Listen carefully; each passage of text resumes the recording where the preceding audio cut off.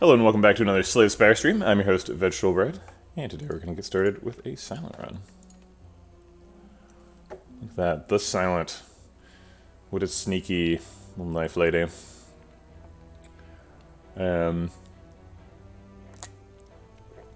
card, random common relic, 15 damage to a rare relic, or swap out for a boss relic.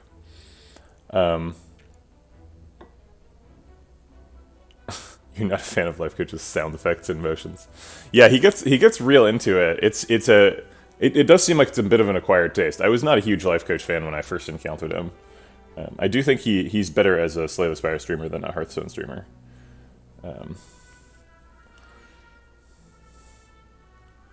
Is it possible they release a new patch while Life Coach still think about his turn? I'll have to rethink. No, it is not possible. Just from like a software perspective.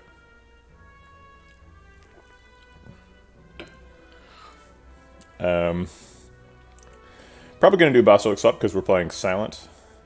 We've talked about this a whole bunch, so I don't really feel the need to talk about this specific choice over much. I was actually talking about this choice with my wife, and it made me realize something about my own game that I needed to change. Because this choice is not good game design. Because with Silent, this is the first thing that happens in the run, and this one is not random, right? This one is always there. And because of that, you're giving the player a choice before anything random has happened. And when you do that, the player community can take an infinite amount of time and think about what choice is correct here. So because there's nothing that's random has happened, there's just a correct answer to this. This is a solvable problem, and not strictly solvable from like a computational perspective, but solvable from like a win percent perspective. And that makes it deeply unsatisfying to me. I would want something really important and random to happen right at the beginning of the run to invalidate all of your like tier lists, right? That's the dream. To put the player in a new and familiar but not comfortable situation right off the bat, so that even the very first decision the player makes, it has some context that's specific to the run, which this decision does not. This decision is just rote because nothing has happened yet.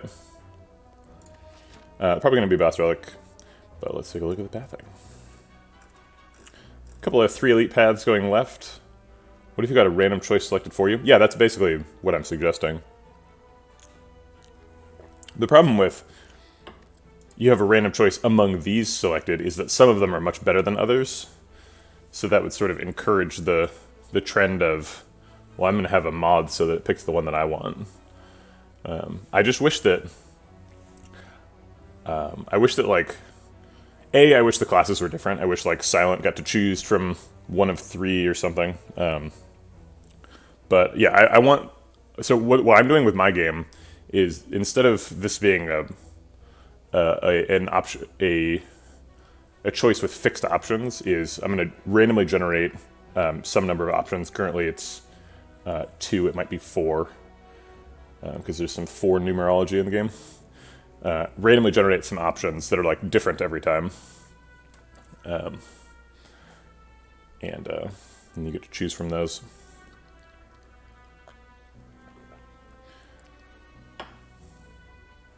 But it's worth considering, like, if I should just randomly make that decision for you and just apply it to you. Be like, this is your character, deal with it. So I think left makes a lot of sense. Left's got an extra fire here and here, 3 elites. Silent is not always trying to do 3 elites, and left is a little bit problematic in that as soon as I go here over here, I am forced to do at least one other elite. And either a mega elite or 2 more elites. Add to that. So that's a little bit problematic, because maybe I don't want to do 2 elites. There's also a 3 elite path on the right. Pick up these 2 fires and then do 3 elites in a row. It's not absurd. Could certainly happen. I would rather have the fire in the middle of the elites so I can rest if necessary. But I am a little bit afraid of being forced into 3 elites. I guess after I go here, I am forced into these 2. So that's a whole nother situation. We are a Wristblade Silent. Well, that's fun. I like that a lot. Wristblade only works with one card in your starting deck, but it's a hell of a card, so... Neutralize doing 7. I'll take it. I think I like left better. I guess right has a question mark before the second and third fight, but the left path has 2 question marks before the third fight. Left has more question marks. I think I like question marks better than fights on Act 1. Okay. Alright, I'll go ahead and double strike because it blocks for 6. And then defend. See, I didn't even consider double defend that turn. I guess it was just worse. Okay. Alright, take 3. Go ahead and block out this turn, deal 6 damage. Nothing really exciting to talk about yet. While I do appreciate going really slow and letting chat interact, I also think you don't want to play the boring rote turns really slow, because there's unlikely for anyone in chat to have anything interesting to say. Finisher goes kind of well with Wristblade. We're going to be looking for shivs for sure. So Finisher and shivs go together really nicely. I do really, really, really like picking Dagger Throw on floor 1 with Silent now. Reflex is super good now. If you decost the Finisher, will Wristblade add plus damage to every hit? Yes, it will. Yeah, so if we get like a Snecko Eye or something. Liquid Memories. It's one of the rare situations where...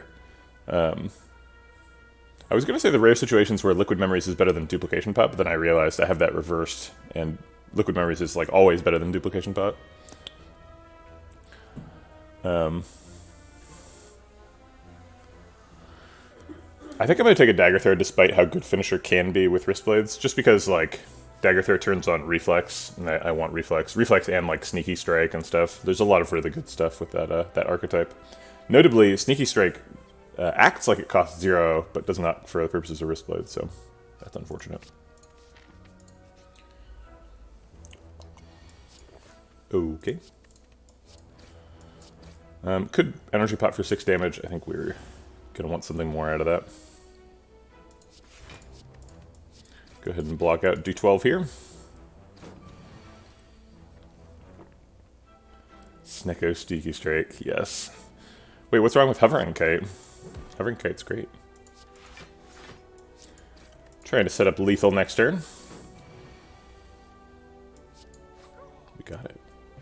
So if you use a bullet time, all the attacks in your hand will now have plus damage. Yes, bullet time would be insane in this deck. There's a Slice. Slice is for 10.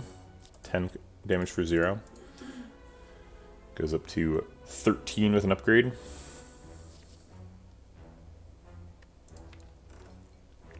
Both of these kind of cost net 0. I'd rather the one that costs literal 0 because of Wristblade.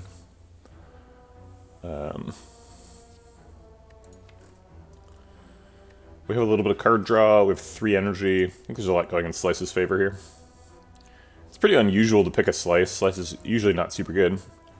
I guess we're going to want some card draw. And we're going to try and dodge fights here so that we can have a 3 fights before the first elite. Probably looking for a card remove here. The 16 healing, we get most of the value out of. 14.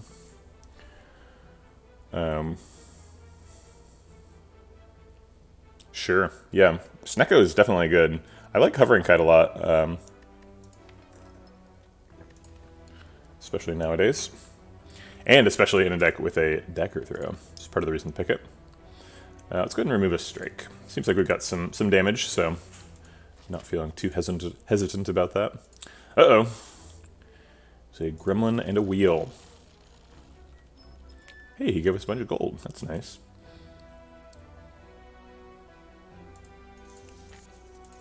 Alright, we won. I think triple defend here is better than striking 1. I'd rather not take damage. You say Hovering Kite was your favorite boss relic. Did something change? It's funny how the zero cost attacks do more damage than the one cost attacks. I don't know the chances. I always assume that they are fair, and that it's like whatever, 1 in 7 for each one. I think we can kill one here. He has the lowest health. He has effectively 25 health. The 17 plus 3 is 23. He has 26 health. We're doing 29 damage. That blocks for 8.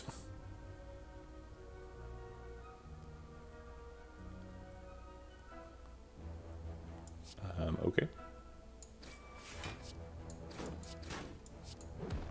Fine.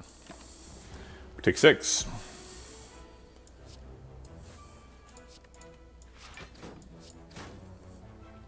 Awkward. We fought through the armor on both of them. Acrobatics seems really good. We have a slice and a dagger throw, so a lot of reason to think that we want card draw and discard. Plus, it's hard to find a silent deck these days that doesn't want acrobatics. Acrobatics tends to be quite good nowadays. Okay, is this good enough to fight an elite? Not super clear. Acrobatics certainly isn't good against Gremlin Knob, although it's okay on turn 1. I think we beat Lagavulin with Wristblade's Slice Neutralize. Yeah, okay, let's fight one. I'm gonna fire after it.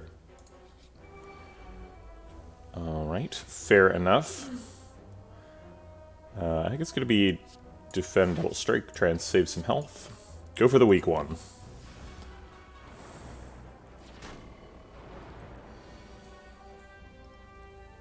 This is probably going to be the energy pot turn. Let's go ahead and see what we're looking for. Survivor double defend is nice, and then we can add in a dagger throw and neutralize.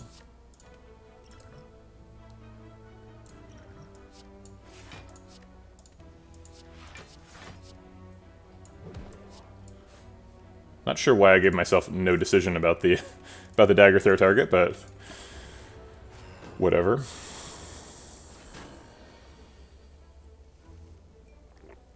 Slice Neutralize kills this sentry, which prevents him from shuffling a wound, or a daze rather. It also prevents us from missing lethal next turn. I'll go ahead and take the full block out, even though it discards an additional daze.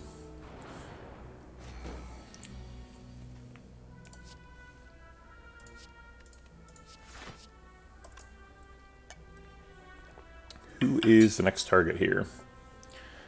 If we strike this guy, he goes down to 39. I think it's really unlikely we do 39 damage next turn. In fact, it is impossible. Our max damage is 21. The total damage in the shuffle is 18 plus 9 is 27. Hey, Miss Benbaloo. Good morning. Sorry, this is 18, 27. Yeah, 27 plus 6 is 33. So we can't even get lethal in 2 turns, in fact. So I think we actually strike him and attempt to prevent him from attacking twice. Which is not a great position to be in. I'll be honest.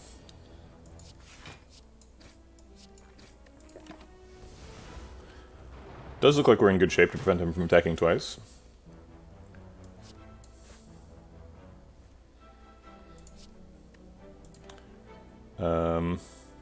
But suddenly it doesn't.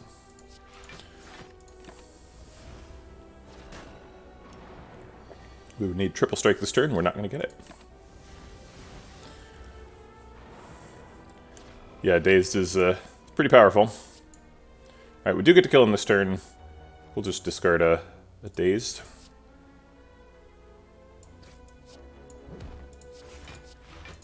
We'll block out, even though it makes us discard another Daze.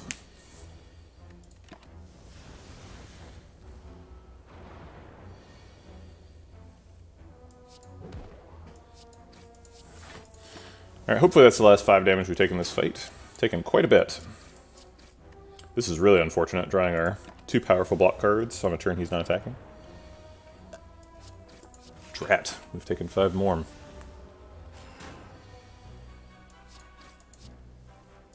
And that's finally the end of the fight. We got through it. Molten Egg is our reward. Get a bunch of attack pluses. Both Unload and Dagger Throw have discard synergy, which it looks like something we're looking for. Doppelganger's here too. You generally want like a high energy deck or a Chemical X to make Doppelganger good. Unload Plus is like a Wild Strike.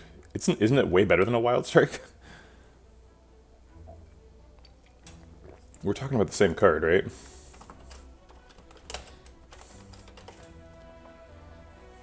Shuffling a Wound. Seems like Unload does more damage and does something positive rather than something negative.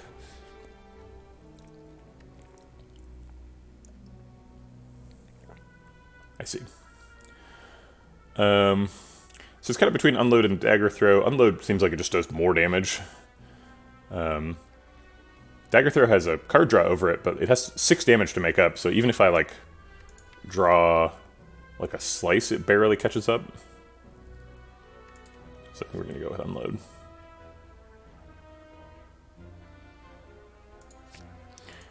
I mean, yeah, you don't take Wild Strike exactly for the wound either, but you do tend to make use of it. But I would say that discarding is a lot more valuable than generating a wound. Clearly resting here. We did just commit to a 2 elite line, as I called out earlier. Or probably a 2 elite line, or a mega elite. But that's okay. Oof. This might be our Blessing with Forge. Be nice to block for 16 rather than blocking for 10.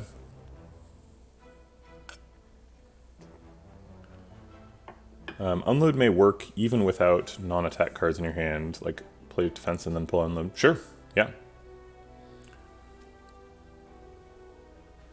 I mean, we're playing every card in hand.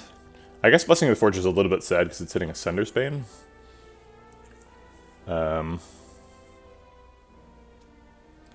we're in a bit of a hurry here. And I think we're going to put the damage on Looter first, even though he has more health. He's both more dangerous and in danger of running away with our money.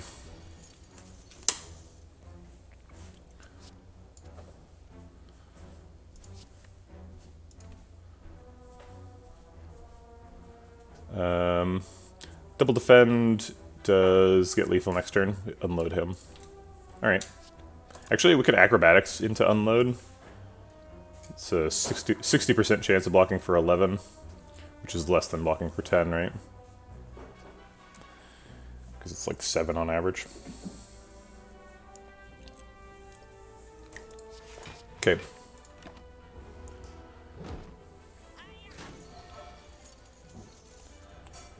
All right.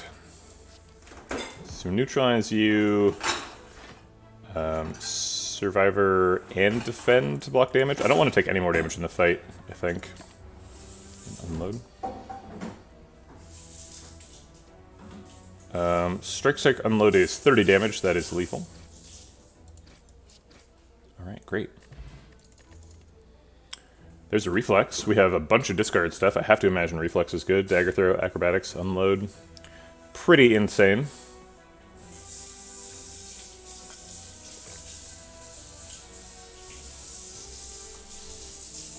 Yeah, Acrobatics is a little bit awkward because it's, right, you're right. It's a 3 energy deck, so we can draw with it, but then we only have 2 energy to play the big hand.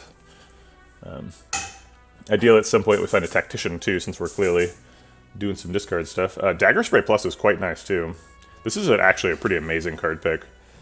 Reflex is like run-definingly good though, so I imagine we're choosing that one. Footwork is nice. That would help us survive.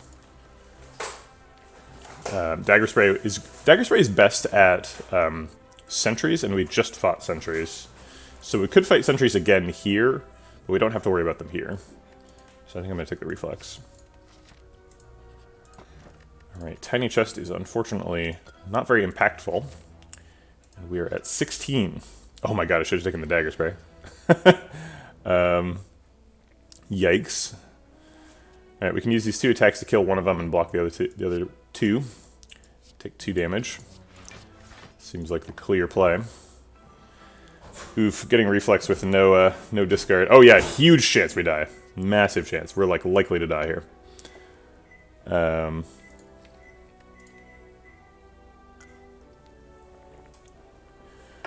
Do we acrobatics first?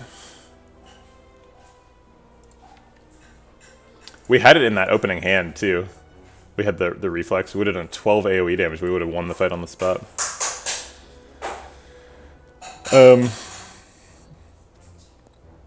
So we're not dying this turn. And time guitar out for a minute. I don't like early GG comments. I think I am in acrobatics. I don't think there's a downside.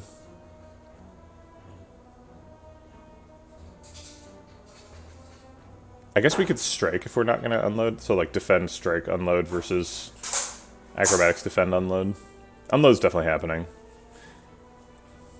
Yeah, I guess strike puts somebody at 8.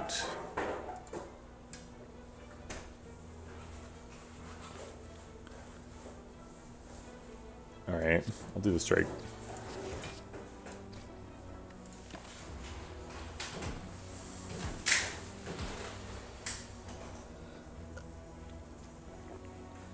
This does 9 damage, which is fairly efficient. So let's do that. And let's see, do we want somebody at 6 or 5? We're not getting lethal either way. We're going to continue to be weak. It seems like there's probably no difference. So I'll go for 6.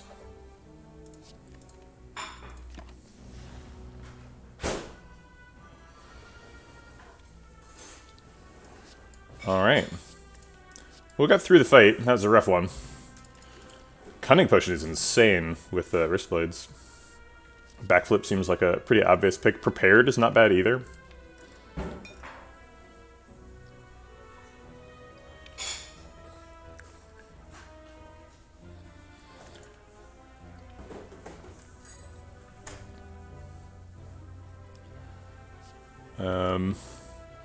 Backflip gets a slice.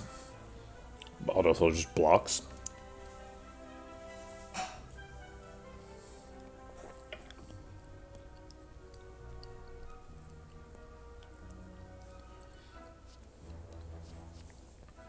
Yeah, poison's nice. It seems like that's probably not what we're doing with the run.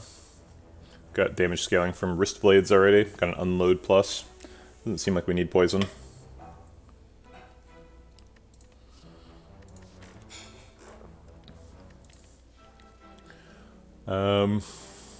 Sure, I think I'll take a backflip. We are at 5 after all.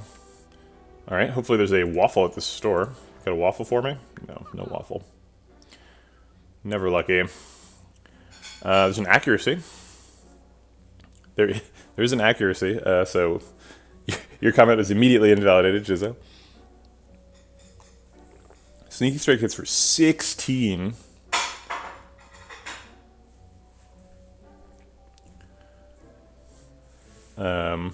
I kind of like Sneaky Strike Fire Pot card remove.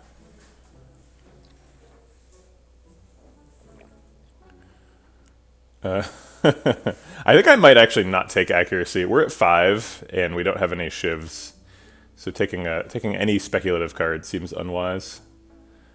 I do want to take it, but I don't think I can.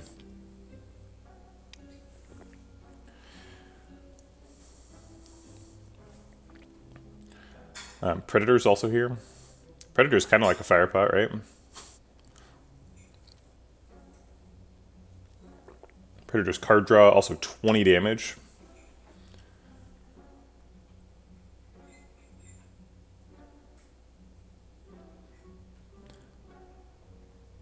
It's true, yeah, you did summon it, and I appreciate that. Have to deal 120 in 2 turns, otherwise we can't block Logga first attack. We have Neutralize Survivor. Survives the first attack, right? No, that's not true. We'd have to neutralize, survive, or defend, which is brutal. How do we beat Lagavulin? That's a great question. We do have a Cunning Pot.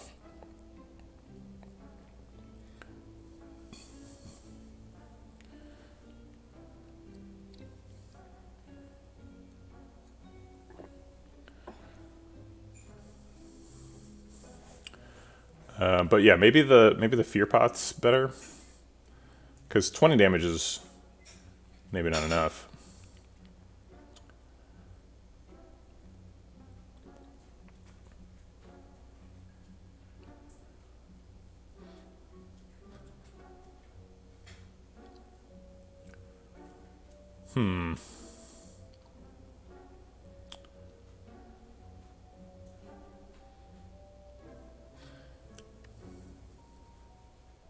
I think we needed there to be like a Blade Dance plus here. I'm not sure if it's possible. I guess Sneaky Strike. Alright, so we need to buy this. And I think we need to buy both of these, but is Predator even good enough? Yeah, I think it is.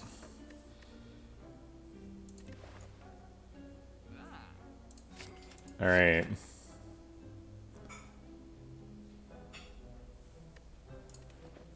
Well, we've done what we can. Now we have to face our maker. It's Lagavulin. This definitely isn't the wake-up turn.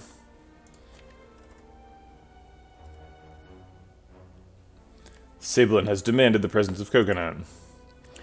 It's funny, because Coconut was just demanding the presence of my wife. She just, like, Coconut just went to her workstation, I would imagine, sat where the heating pad is, and demanded it be turned on. But demand she shan't receive, because I'm gonna go get her.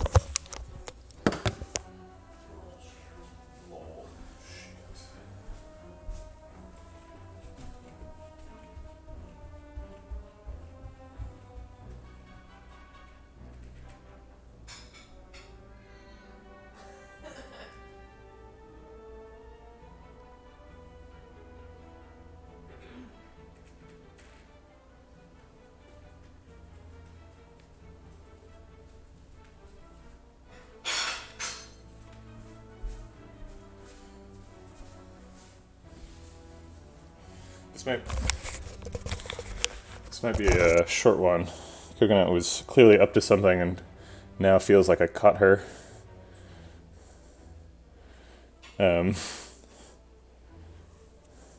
Yeah, it's true. Neutralize would be really nice on the first turn, but that is not happening. Yeah, your heart is beating 1,000,000 miles a minute. What were you doing up there?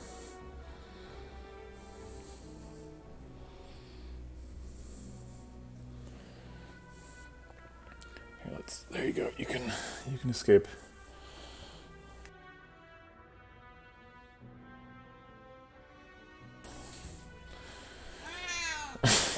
Yes, Coconut.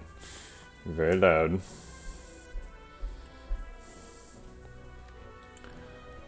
No, it's true. Yeah. I mean, I think I would have taken. I think it was correct to take Reflex. I wasn't forgetting that AoE fights happen. It's just Reflex is so good. I felt like I could risk it. But yeah, we did take a lot of damage in that fight. Okay, this seems like a pretty good wake-up turn, probably. We actually have to commit to it as soon as we dagger throw, because that's gonna split him. So we get to wake up with dagger throw, sneaky strike in the worst case, and in the best case we draw like Predator, unload or something. Backflip unload. There's some good outcomes. Alright, let's do it.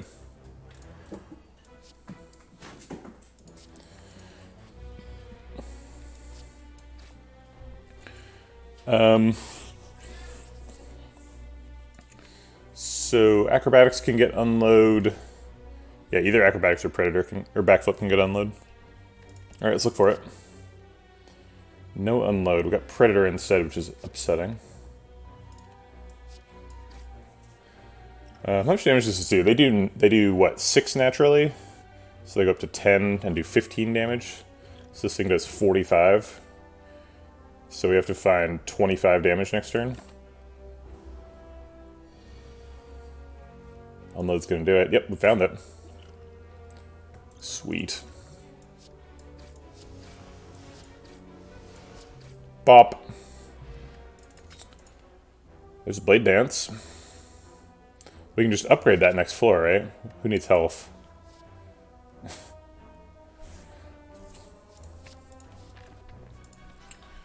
Alright, I think we're resting. Whew. Alright, sentries again. Yeah, we can't escape 2 elites here.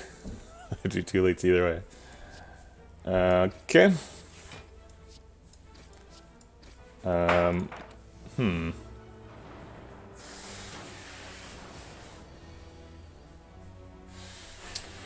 These do, let's see, 8 damage.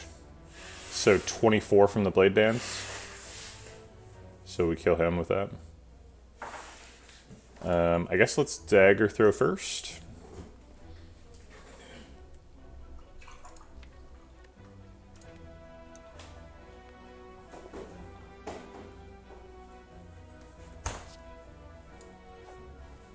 Ooh, Survivor's good upgrade. Okay.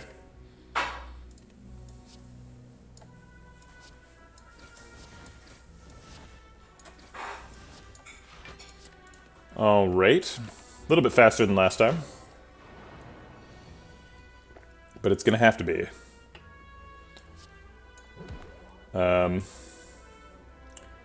Do we take 5 to draw 2 extra cards?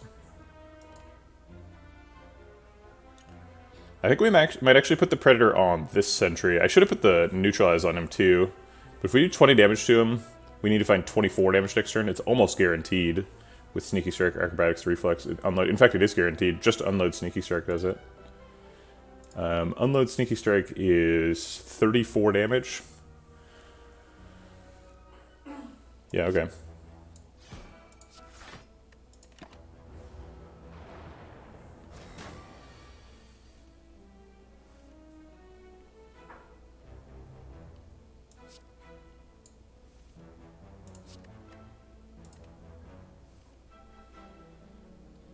Sneaky Strike and the single shiv from Blade Dance does it. Nice. 3, 6, 9. So we're actually overdrawing a shiv here. But I guess that's okay.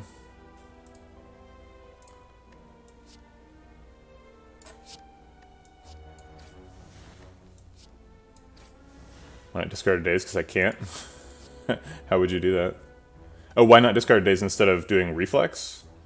Because I wanted to draw extra cards to get extra dazes gone.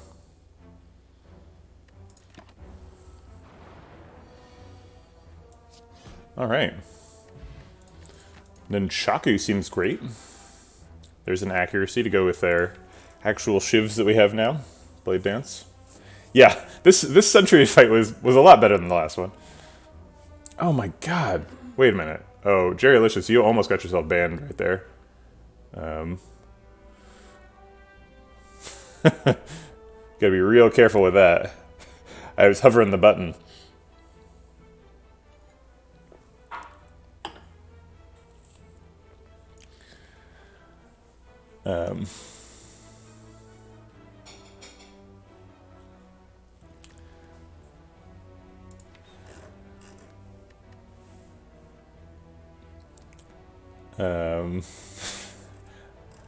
This is a Shiv deck, yes. I mean, more or less. I mean, it's a Wristblade deck, right? So a lot of ways to get into Shivs. I would say it's more of like a discard thing, right? We've got an Acrobatics, Dagger Throw, an Unload, and a Reflex. Second Sneaky Strike makes a lot of sense too. Not a good comp versus Guardian, I will admit that.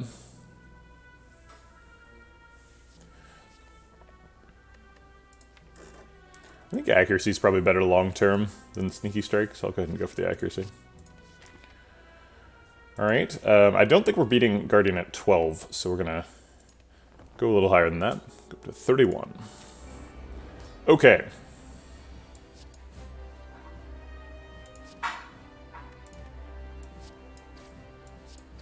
That's right. I love these little decisions. Which way? Can we get 28 damage this turn? It looks like the answer is no. Ooh, we're off by 1. We could neutralize Snecko Oil and maybe get it. We do also randomize the cost of 5 cards in the deck if we do that, though. I think I'm going to go for it. I do not want to get hit for 22 here. Alright, Snecko Oil. Let's see it. Ooh, Predator got decosted. So did Blade Dance. Hype. This is a great one. Sneaky Strike costing 3 is bad, but... Also, Accuracy costing 3 is going to make it hard to get that down.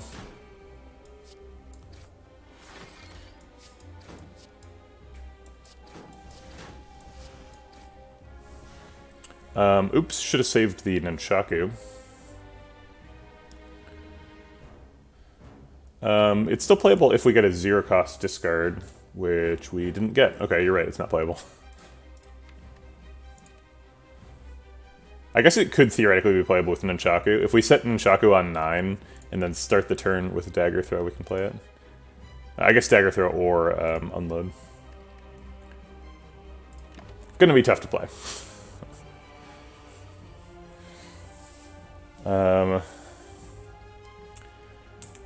Survivor for 3 is not very good.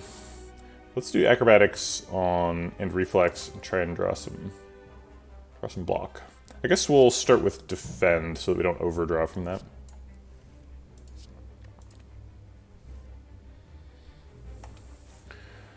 Okay.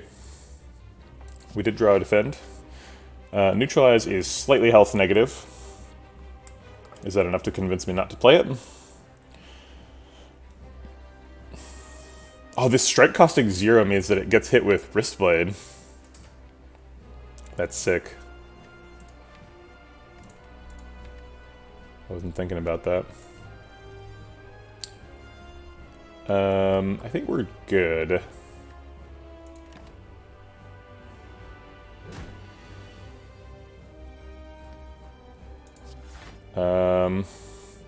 We could take 11 to develop Accuracy. Or we can take 6. So we're basically taking 5 damage to develop Accuracy.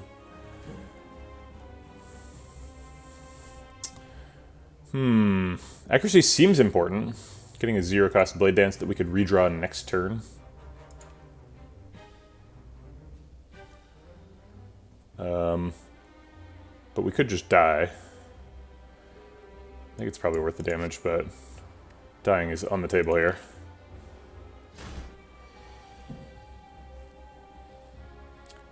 Alright, backflip. What do you got? Ooh, Neutralize is super good here. Defend for 2 damage, 2 health, or Strike. I think it's clearly Defend.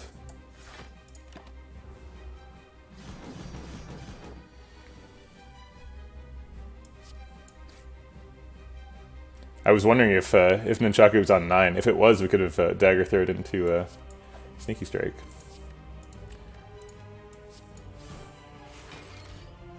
Oops, I should have done this in the other order. I wasn't really paying attention.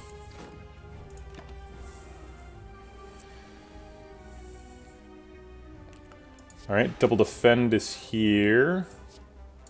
If Acrobatics Reflex draws another defend, do I want it? Because I could Blade Dance? These shivs hit for what? This adds 4, so they get added. They start at 4 and get added 8. So they do 12 damage.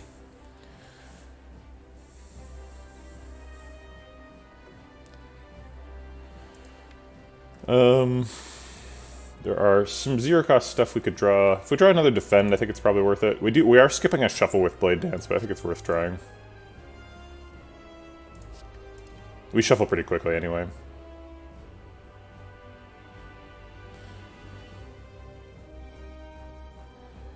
Alright, I think we just fit in a strike instead. I guess strike and slice do the same thing. I don't want to take damage or shuffle shivs. Maybe shuffling shivs is not that bad in this deck. Because we draw really aggressively. Get the block for 15. This makes us take 4 damage, but reduces his damage by 6, so it's health positive.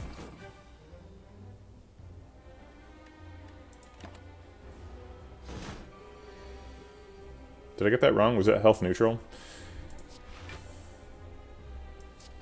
That's always happening. This is always happening. If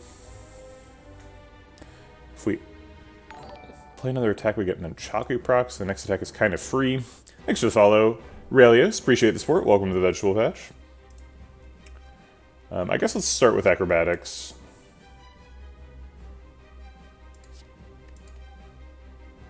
And then neutralize is energy positive. I guess we'll do dagger throw instead. That's useless. Okay. So I hit for 12, so we can take 2 damage to develop 18 damage. Seems worth it. Looks like we're ahead here. Should get a pretty easy split next turn. Finally lining up Blade Dance when he's not in aggro mode. Looks like we're going to pile a bunch of damage through his armor here.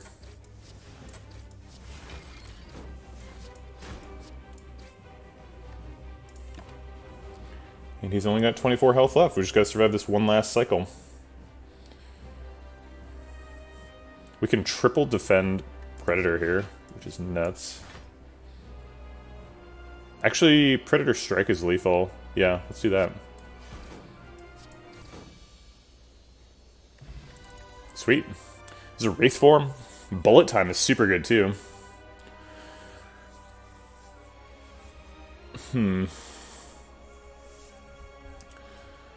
These are some really good options.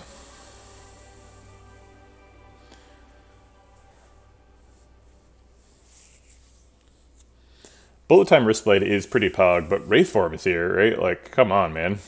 Wraith form? You guys are skipping Wraith form here?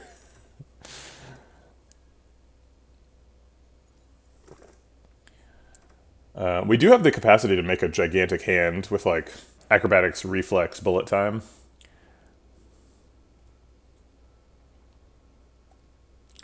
You don't need to block if you kill. That sounds like a deck that loses to the heart.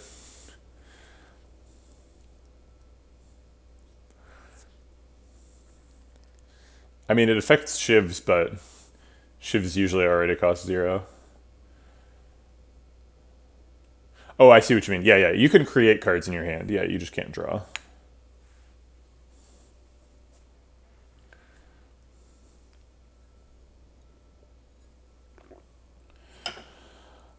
Same with that Ironclad card. What is that card called? Battle Trance. If you have like Battle Trance, Dead Branch, you can keep doing a bit of Dead Branch stuff. I think Bullet Time is probably better than Wraith Form here, but Wraith Form is such a card. Alright. Interesting. It's probably Fusion Hammer. Never too happy to see Tiny House. Or Busted Crown. Busted Crown as an Act 1 reward. We do have 23 cards. We could take Busted Crown, maybe. Maybe we're done? I don't know. That doesn't seem like a great idea. It does seem like we have a lot of cards, though.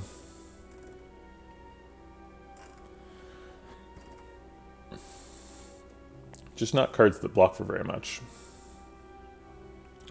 Well, the thing about Busted Crown is, like, maybe we don't block with cards. Maybe we block with, like, Incense Burner and, like, Anchor and stuff, right? Like, it's possible to get relics that block, and Busted Crown doesn't stop that.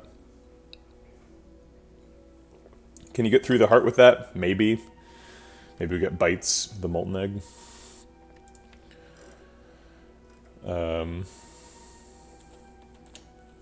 This deck is definitely going to have a lot of problems with Time Lord.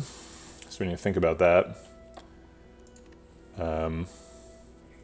Fusion Hammer prevents us from upgrading Reflex, which would be really nice. Also Acrobatics, Bullet Time, Accuracy, Blade Dance. A lot of good upgrades. So it's not... We're not giving up nothing. But maybe we find like an Apotheosis or something. We'll take a quick break, be right back.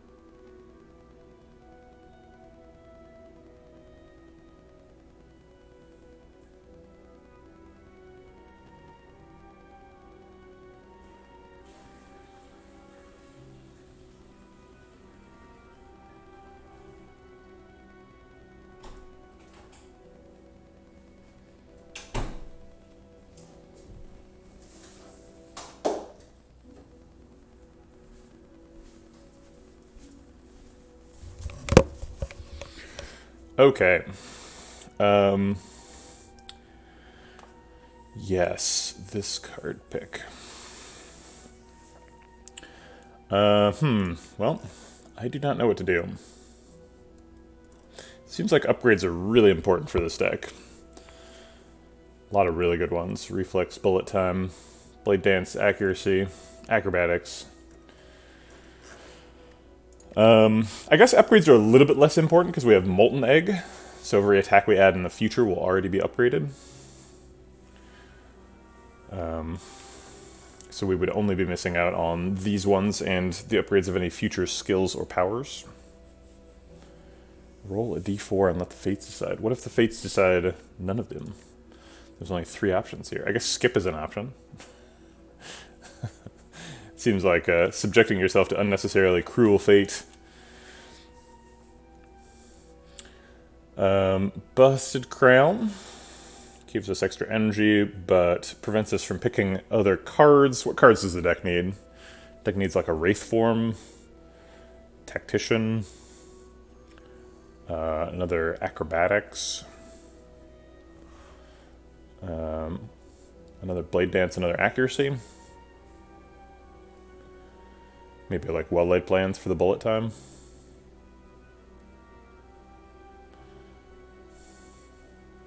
Not 100% sure we need more shivs. I did name Blade Dance as another card that I would like, but I'm not sure that's 100% necessary.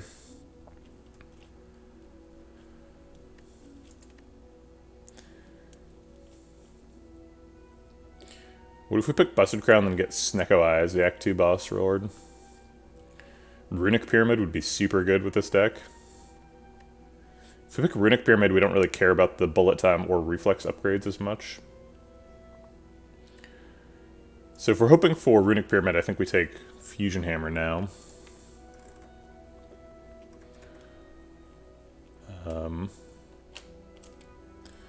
You need Reflex, Blade Dance, and Accuracy. I have those cards. Reflex, Blade Dance, Accuracy. They're all right next to each other. Having more copies of all of them. Oh, I see the upgrades. Yeah. The upgrades are good. They're not, like, important. Blade Dance is probably the best one at the moment. Reflex also quite nice. To be honest, I kind of want the Bullet Time upgrade. Getting that to cost 2 makes it a lot more possible to, like, acrobatics, backflip into it. Although having 4 or 5 energy also makes that possible, so it's a bit of a moot point.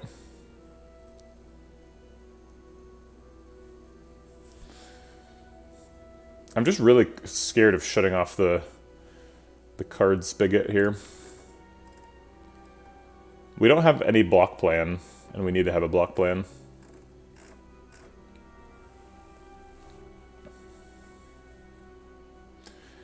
It's possible Tiny House is the right pick.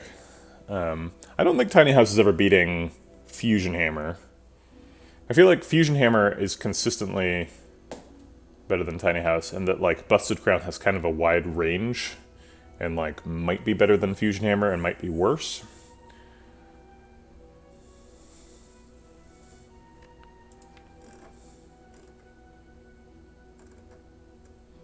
Tiny House is fine. I mean, Tiny House is definitely better than Skip, that's for sure. Everything Tiny House does is good. Sets us up for an earlier shop. Gets some max HP. Upgrades a card. Even just upgrading a random card, there's not many misses. Like, the biggest miss is, like, Strike.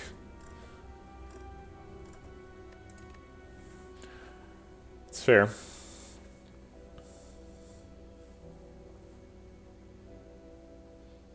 If your health is always low, then you would always rest instead of Smith. Yeah, but kind of the way Silent works is, like, you struggle through Act 1, but then, like, by Act 3, you generally don't need to rest very much. You don't lose as much health. You found your Wraith form, so you don't take any damage anymore.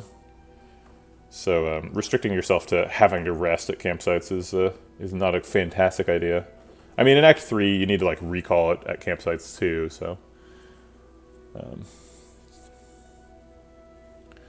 Also, we have a meal ticket, so we're not, like, super likely to spend a lot of time resting. Because we have another way of getting health back. Also, if this Molten Egg does line up with bites, then we're going to have tons of healing. So it's a pretty strong argument against Fusion Hammers, as it makes campsites quite bad.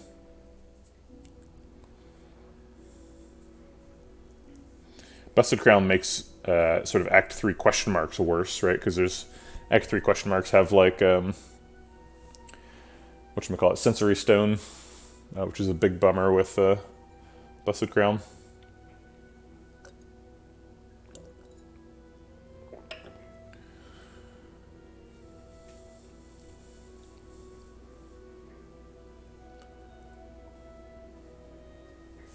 I think I might have to go with the Fusion Hammer. I don't think the upgrades to Blade Dance is, like, a must-get. Reflex is I'm kind of sad about, but it's pretty good just as 2 cards.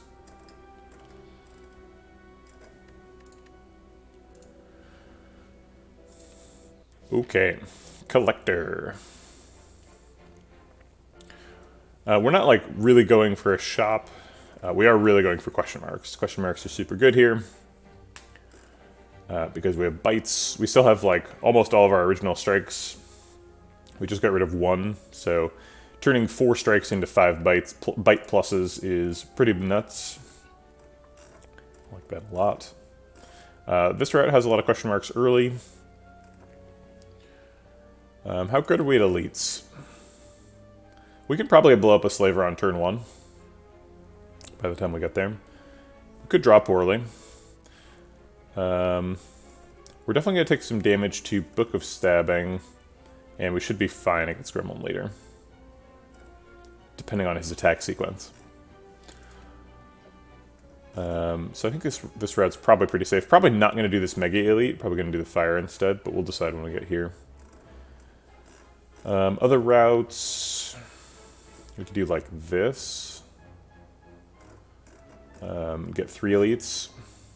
We'd be forced into the second one.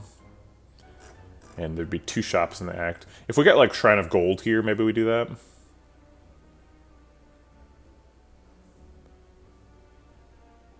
If you scroll perfectly, the relic lines up with the Survivor card and looks like a middle finger. What? You talking about... Oh, here? Oh, I see.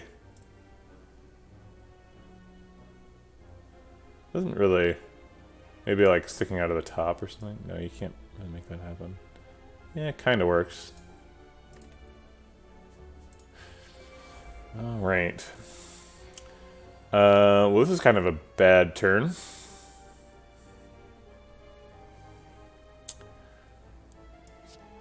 Looks like we're taking a bunch of damage.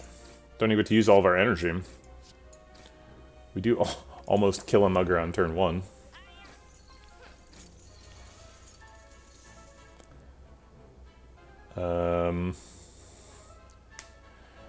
Bullet time makes everything cost 0, which is neat, but then it makes dagger throw not work. I guess we'll just dagger throw first.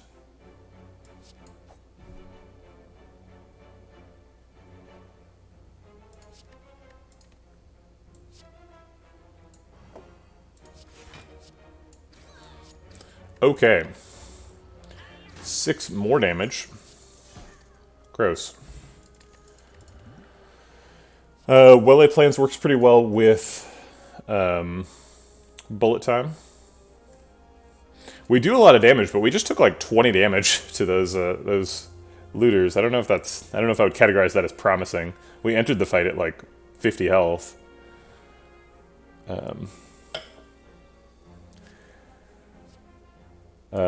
Distraction could be helpful. Need to find a crescendo. I almost never take distraction.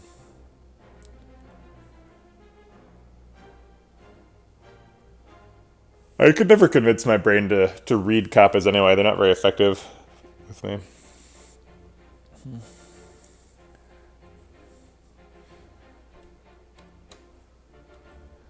I'm like... I just see a little face. Yeah, I know, but I know how it works. I just can't convince myself that it's not just a face, that it has some sort of subtextual meaning. That's right. Well, we have to get distraction. Let's see, how does this work? You would need a master reality for that to work, because otherwise the distraction that it generates costs 1. Oh wait, no, it costs 0. Never mind. We also need a letter opener.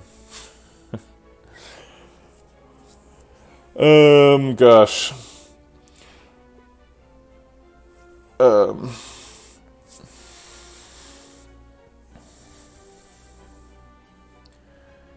Is it expertise?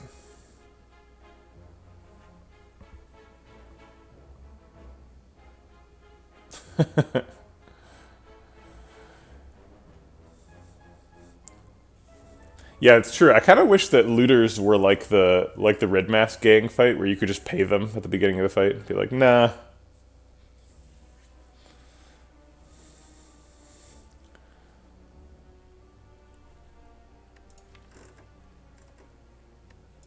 I guess I'll take well-laid plans. We don't have very many block cards, so it's really important that we play the ones we have on the right turns, which is something that well-laid plans can do. Most of the time, it's probably just going to be setting up bullet time shenanigans.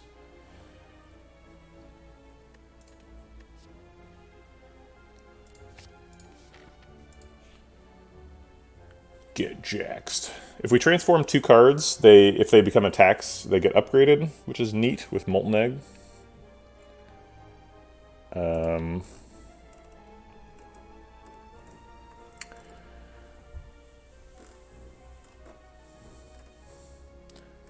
Which is like, if we assume that we're getting bites, then we could just transform defends. Assuming we're getting bites is a position.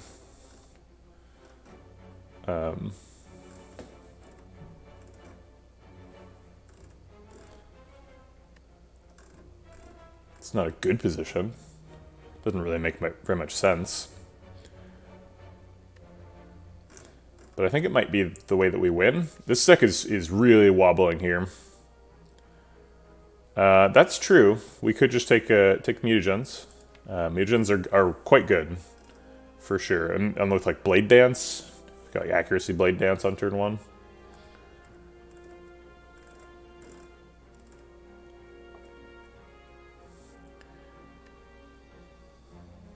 So there's like several ways to play this, right? We could take Jax and just kill ourselves. So this one's probably suicide. Let's not do that one. Transforming 2 cards. So we could take the mutagenic strength. This is like a low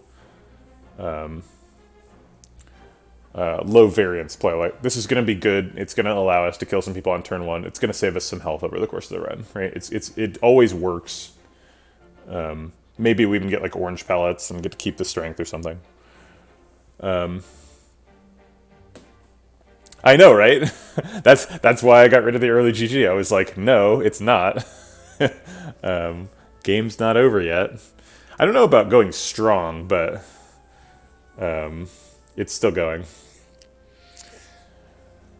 So mutagenic strength is low variance, right? Like it always works. And transform cards, if we transform 2 defends, is like if we get bites in one of these 3, it looks like a Galaxy Brain pick, and it's like, oh my god. You got rid of like all your starting cards in these question marks. And like maybe the defends both turn into leg sweeps or something, right? Like we get a leg sweep and a backflip or...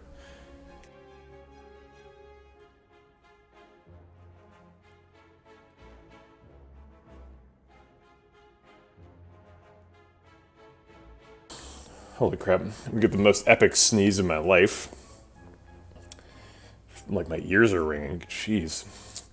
Or we get like a second accuracy or reflex or something. Tactician. Second bullet time. And we look like an absolute genius.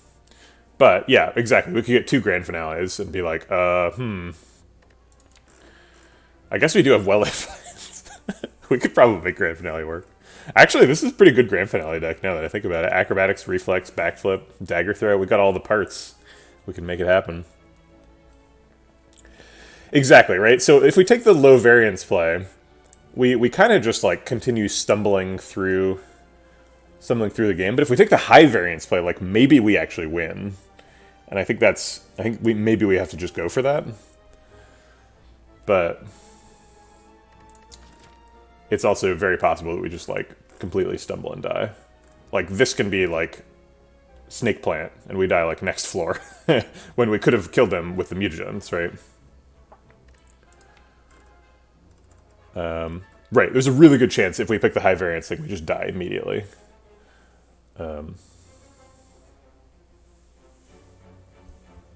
It can't be Snake Plant. That's a good point. It's an easy pool fight. That's a good point.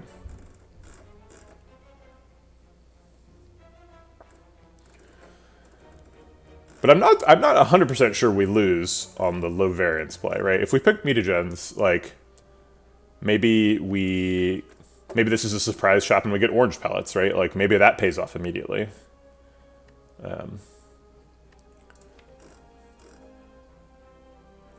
Like orange pellets is pretty good with 2 powers.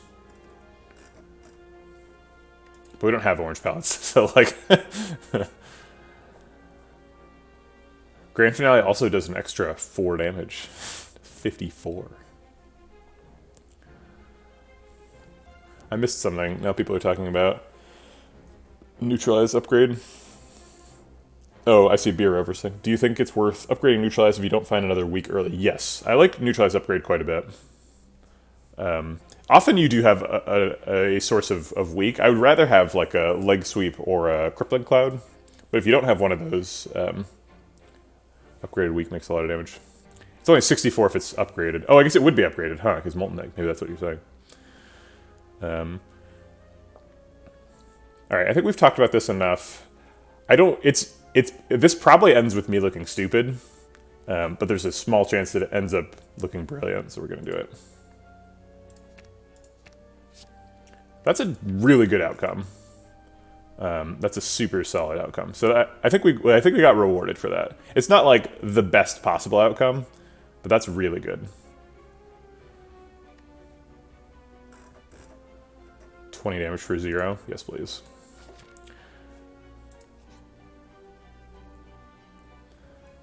Okay, see you later, Sir Admiral. Okay, what are we doing to the beggar? I think we're removing a strike anyway, even though we're still looking for bites. None of the other cards in the deck are bad enough to just remove. Maybe we remove a slice? If we're still assuming bites. Got 2 more floors worth to get bites.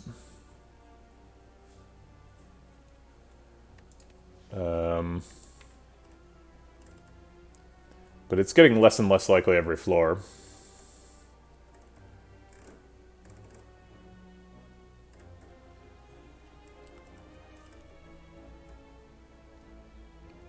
Is there anything else we want to remove? The deck is pretty tight. I don't think there's a ton of fat in here.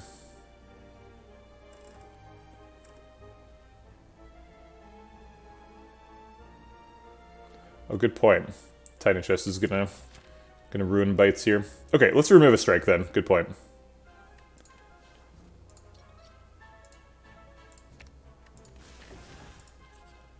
This isn't bites. You're not even trying to be bites.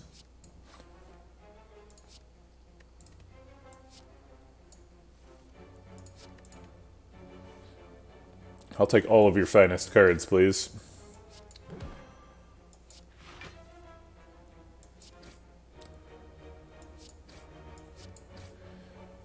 Well, that was a lot of damage. Drew 13 cards on turn 1. Is this lethal? Yeah, it is. Awesome.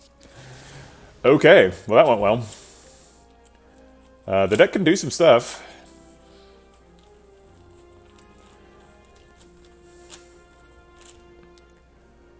I don't think Prepared's good. Is Cloak and Dagger good? We do need more ways of blocking. Cloak and Dagger technically does that. Yeah, it's way better when it's upgraded. That is for sure true.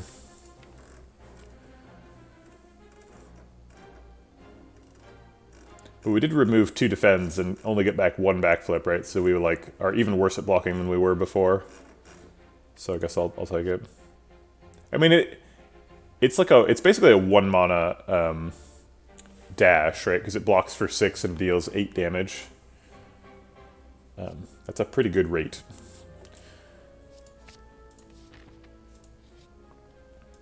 We got a big chest out of the tiny chest, though.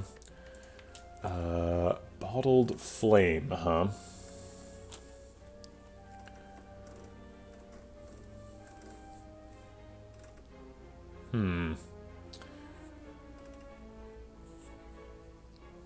We have a Predator Plus in the deck.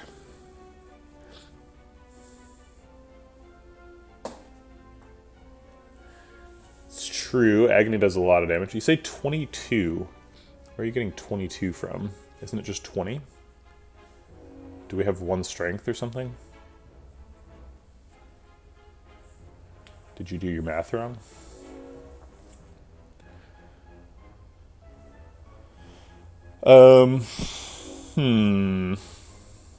Sneaky Strike is free.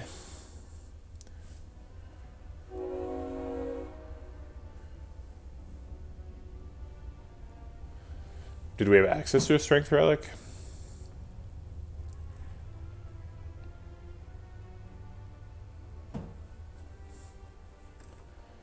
We could take an Unload just because it hits really hard. If we had Dagger Spray, we'd probably be thinking about bottling it here. Oh, that yeah, sure. That's a 3 strength relic, so that would be 26 damage on turn 1.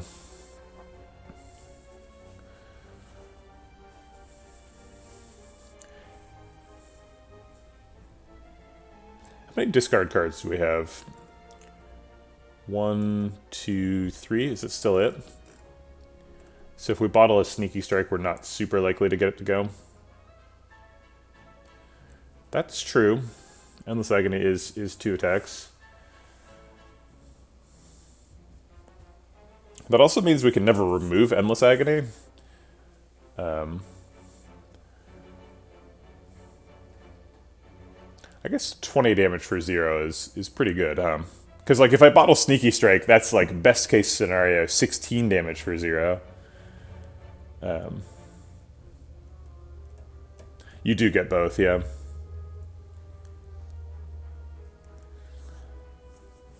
Innate is such a weird word. If you have, I don't know if people know this, if you have 6 innate cards and you only draw 5 cards at the end of your, during your, for your turn, you will draw all 6 innate cards. I don't know why that's the case, but it is. Yeah, the way innate works is, like, at the beginning of the fight, draw this from your deck, and then you draw your hand. We did see bag, that's true. We didn't have enough money for it at the time or something. Oh, right, we were at 6 health. And we were like, quick. Panic buy. Predator. Sneaky Strike. Get in the deck. Maybe we can win. Alright, I think bottling Endless Agony, that helps us get through Slavers at least. It's not going to feel amazing in Act 4, but we have to fight Slavers right now, so. Okay, Book of Stabbing, same deal. I'm going to restart the fight and drink the Strength Pot. Yeah, exactly. This definitely could be a Snecko Eye deck. But in order to be a Snecko Eye deck, we have to kill Champ. And in order to kill Champ, we have to kill Book of Stabbing. So let's focus on what's in front of us. Survivor can discard Reflex, that's probably happening. Let's backflip first, see what else can happen. I've got 3 energy left, so we're skipping one of these cards, probably Strike. In order to kill Book of Stabbing, we have to kill Book of Stabbing. Good point. More cards. Okay, so we want Well-Laid Plans to hold the bullet time.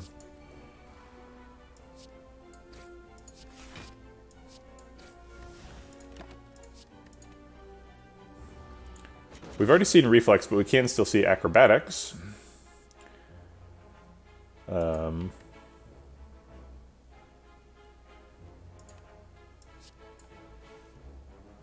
Alright, so we get to play everything here, but not Backflip. But Backflip's the only way to block, so we might just keep it anyway, even though it doesn't actually work. Okay. Or I guess Dagger Throw doesn't get to draw either. But we can just play Dagger Throw last, and there's no downside. Does more damage than Strike.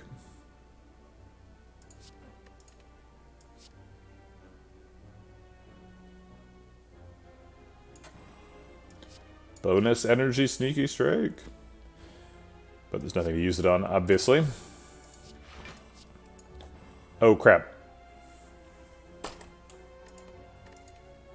I said I was going to play it last. Did not do it. That's embarrassing. Alright, Strength Pot first.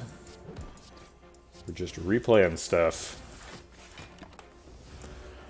Whoops. We messed up. Did we do Survivor first or Reflex? Or Survivor or Backflip? It makes more sense to do Survivor because it blocks for 8 and draws 2 cards. I don't remember which one I did. I don't think it matters. We definitely played Well-Laid Plans.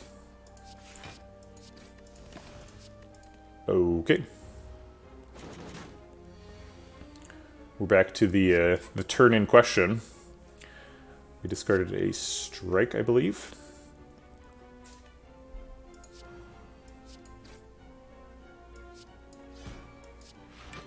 And then we played the Dagger Throw here, but we were not supposed to. Because we were supposed to do these instead. Almost got lethal here.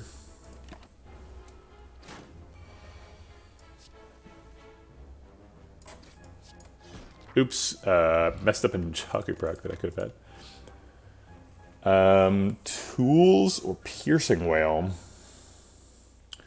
Well, we badly need ways of blocking. Piercing Wail says plus on it. Tools of Trade would be nice if we had, like, Hovering Kite, for example. Tools of Trade does give us additional ways to discard Reflex. It is also free Sneaky. It's true. But Piercing Whale is a Piercing Whale. Consider that. We're at 8.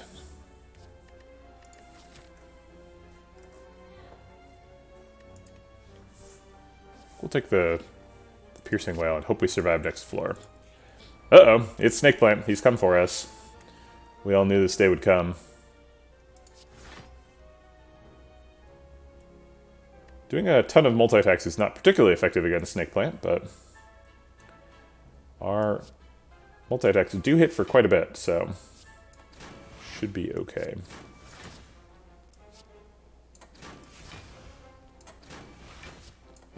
The last shiv hits for 1. Now we're feeble, and he's gonna get us.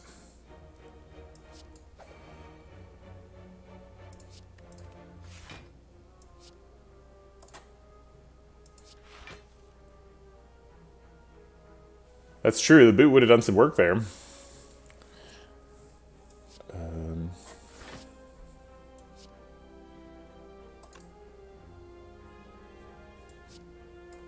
Doesn't matter.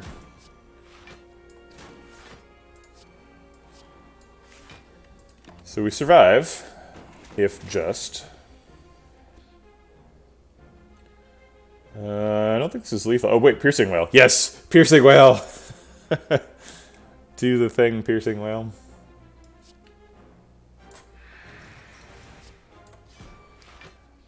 Accuracy versus Strike. Looks like we're drawing a bunch of cards next turn, so Accuracy has a chance to just win the fight, whereas Strike does 1 damage. Seems like a pretty clear pick.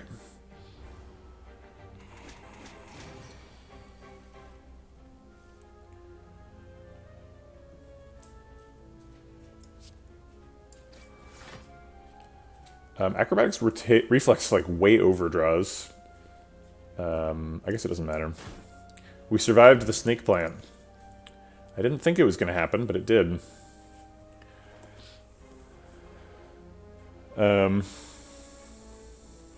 Yeah, if the Snake Plant had the boot, we'd be in trouble. Actually, does boot increase the damage if you do 0 damage? I think it doesn't, right? Whenever you would deal 4 or less unblocked attack damage. I think doing 0 does not count as doing damage.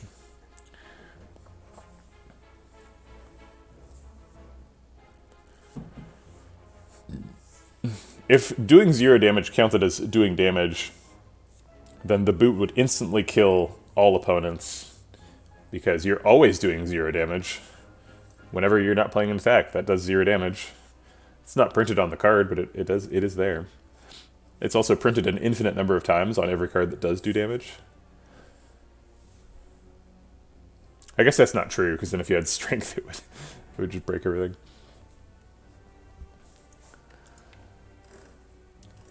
Are we picking any of these cards? They all say plus on them. There's also 2 max HP available. We're about to go rest, so the max HP maybe pays off immediately. 66 times 0.3 is 19.8. 68 times 0.3 is 20.4. So yes, it would pay off right away. We'd end up getting 3 current HP out of this.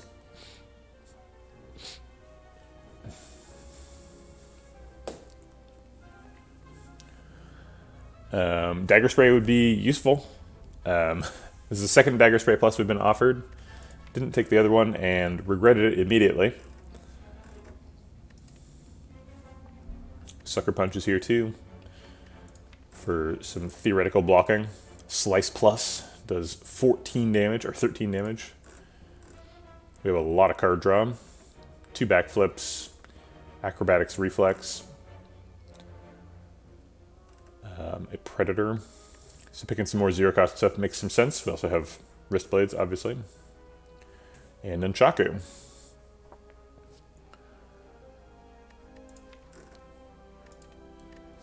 Dagger Spray is good in both of the elite fights that we might be fighting here. We're probably resting at both of these.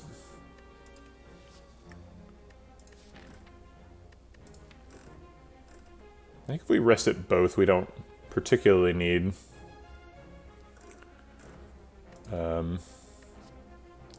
Dagger Spray. Seems like kind of a low impact card.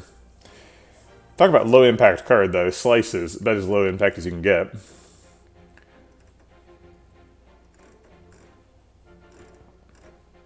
Maybe we just skip for the health.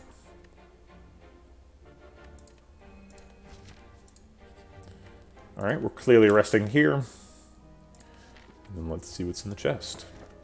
Ooh, a Vajra. Oh ho. Yeah, this is never Sapphire Key, so I'm not taking Sapphire Key over Vajra. Okay. Seems like we're probably resting here too. Yeah, that's right. Now Endless Agony is 22. The prophecy is fulfilled.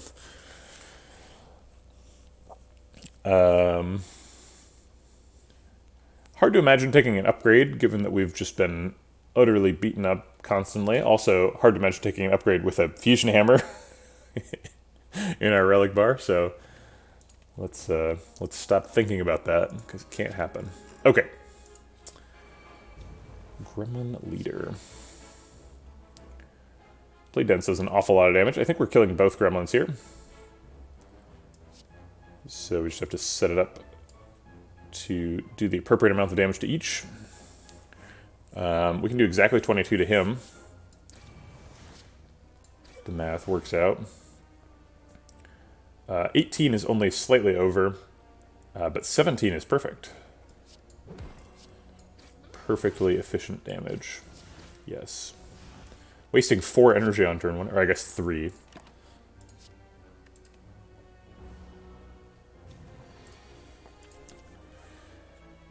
Did I say champ? I think I like both said and meant champ, but I do remember seeing collector there, now that you mention it. Let's go ahead and develop accuracy and play a strike. I imagine we're holding on to Piercing Wail because the scariest thing he can do is multi-attack.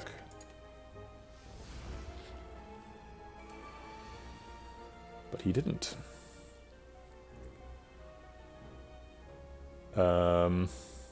Acrobatic Sneaky Strike does 17, just short of killing the Fat Gremlin. 17 plus 7 is 24, which is enough to kill the Mad Gremlin. And then Predator kills Fat Gremlin. Seems good.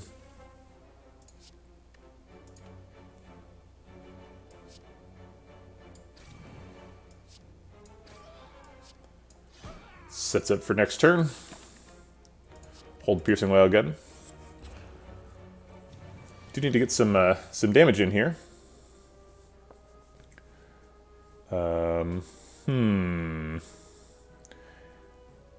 Maybe we just unload. Just like Slice, Cloak, and Dagger, unload, see what we draw.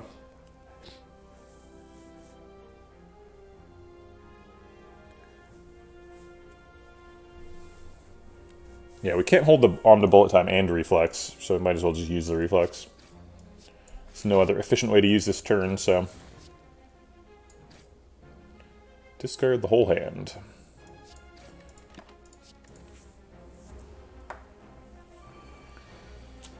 Still no multi-attacks. We've been vigilant about knocking down the gremlins, so he's been leaving us alone.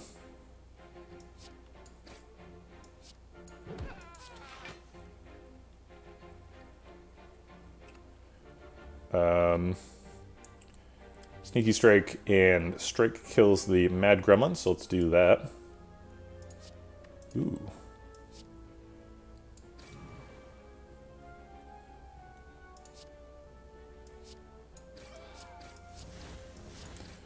Okay. Alright, he just never attacked. Great. Thanks, Gremlin Leader. Appreciate it.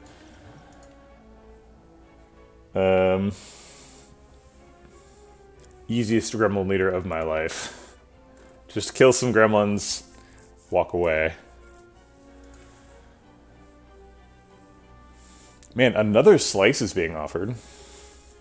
It's hard to ignore. It says plus. We've got wrist blades. But I think we are going to continue turning down the Slice. Sneaky Strike is here. Escape Plan. I generally only take Escape Plan if I have A, Dexterity, and B, a lot of skills. It seems like this deck has neither.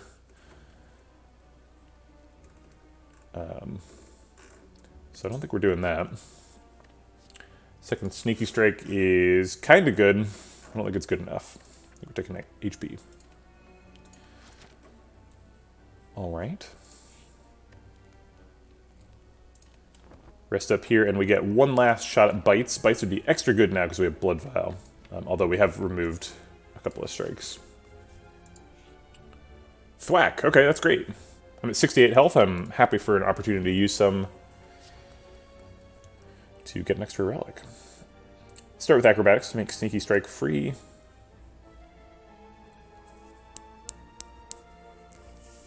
It seems like Strike is the worst card in the hand, so I'll get rid of that.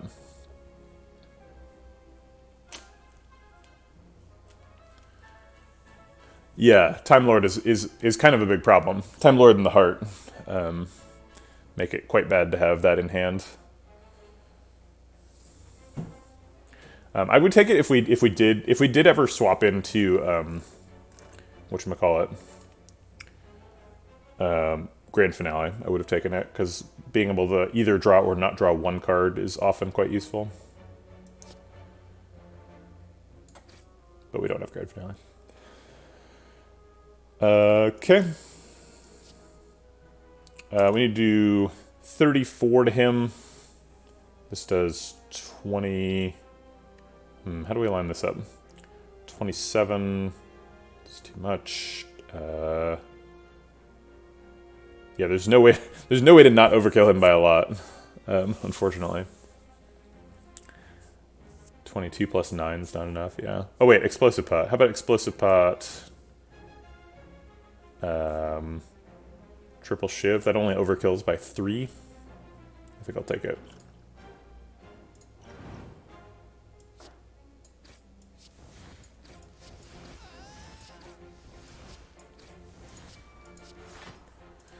Okay.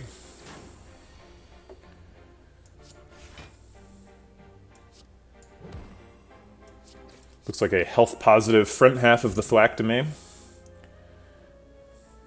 Thanks to Blood Vial.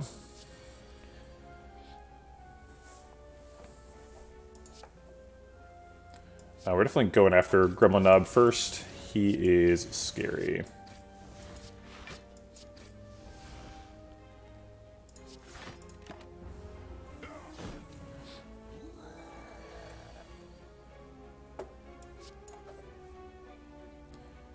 But not scary enough. I'll play Bullet Time this turn.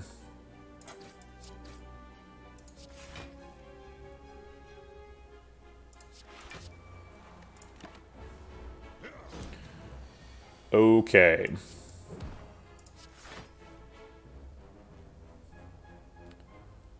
I think I'm pretty happy with Predator Defend. Skips Acrobatics, but it's not a huge deal.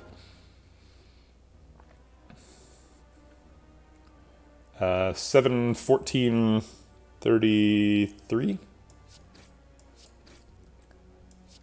Seems lethal.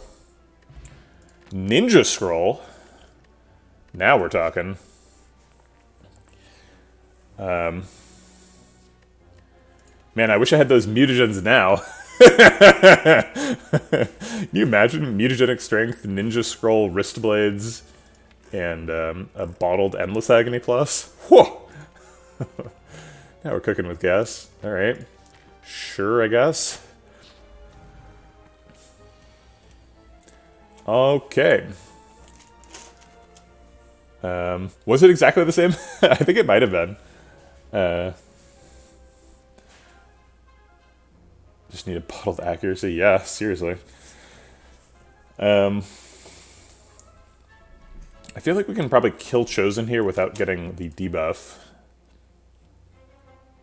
Okay, how much damage do we have? This is 27. This is 22. That's 49. Plus 11, that's 60. 79. Gosh,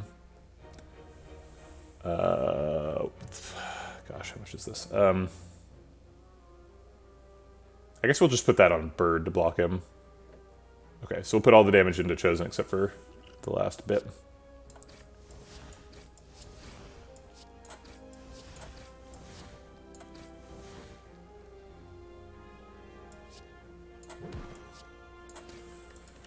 Okay. Not quite enough to avoid the Hex.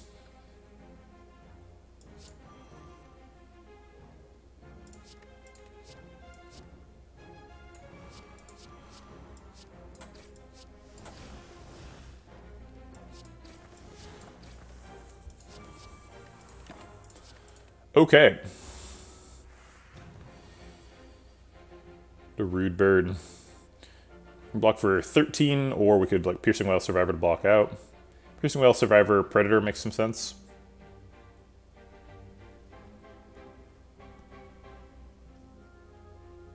Let's...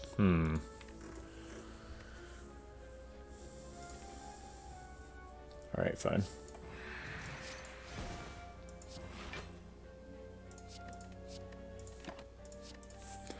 Okay. Should get lethal next turn, I would imagine. Perhaps my imagination is too limited. Yeah, there it is. Okay. Cunning Potion. Do so much damage on turn 1. Cunning Potion, Ninja Scroll, Wrist Blades. Come at me. Another backflip. Be our third backflip.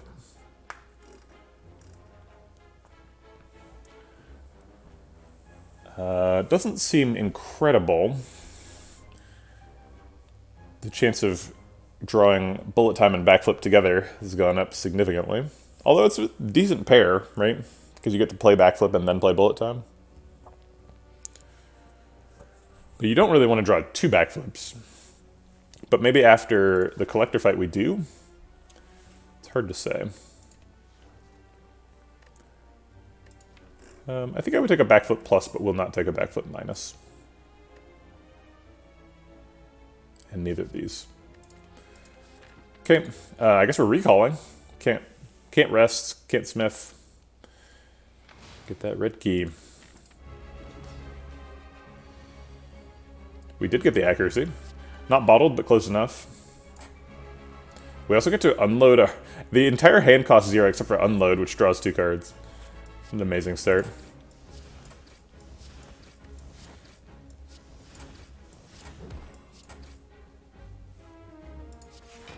Let's keep it going. All right. Sure.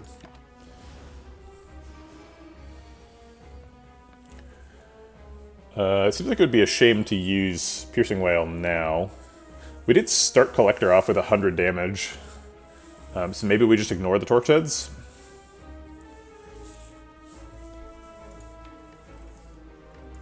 Seems like we could sink a lot of damage into Torch Heads, and I'd rather just kill Collector. Yeah, I think I'm on Team Ignore here. Alright, well we want to save bullet time.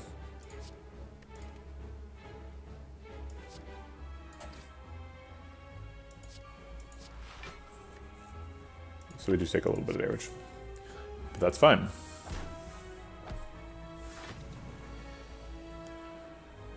Acrobatics probably gets a... Oh no, just kidding, there's no reflex. I thought it was still there. It isn't.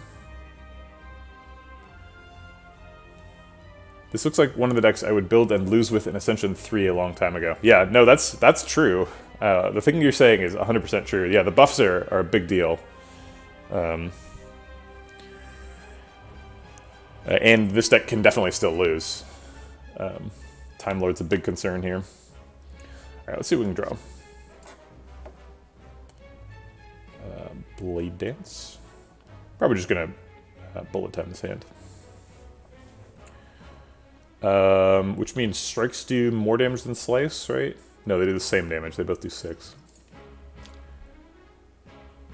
So it doesn't really matter what we keep.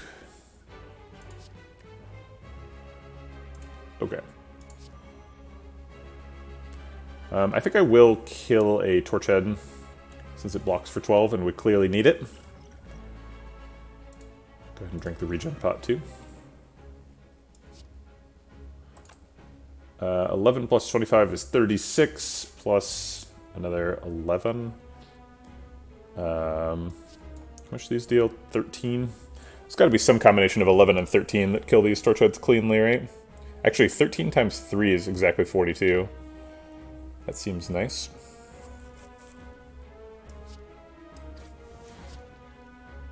Wait, what? No, it's not. That's awkward. Alright,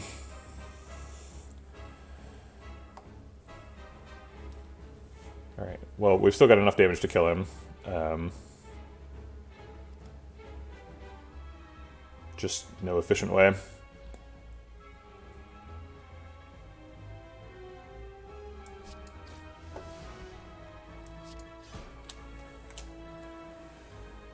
Several equally inefficient ways. 26 plus 22 is enough to kill the other one as well. Okay, it's probably worth it, given the damage we're facing.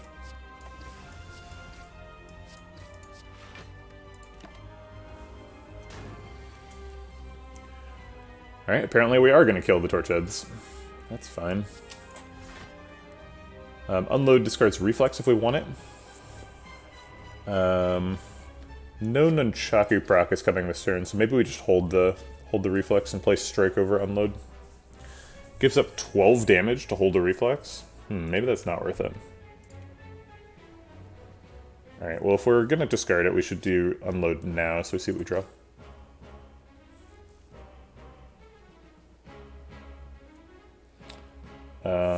17 damage versus 21. I'll take the 21.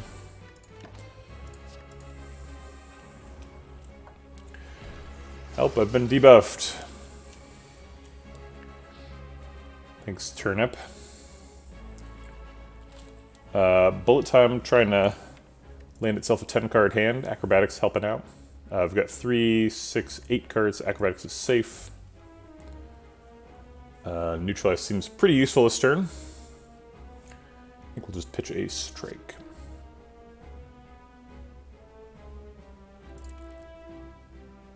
At some point, we're going to have to find a use for Sneaky Strike being worth +2 energy in this context. But haven't figured out how to do that yet.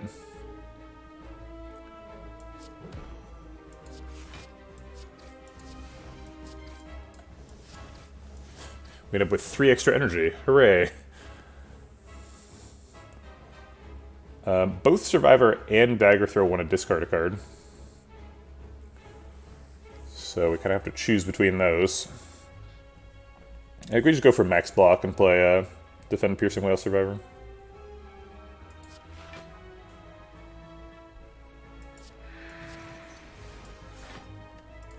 Okay.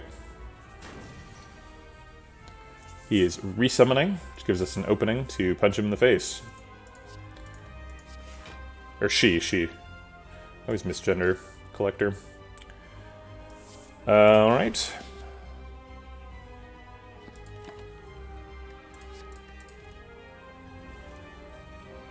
It was -1 HP, but we also were regenning for 2, so don't be too harsh in your evaluation.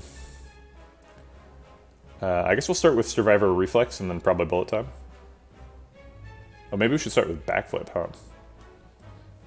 I guess both draw 2 cards. But if we survive a Reflex, then we will have discarded a card for Sneaky Strike.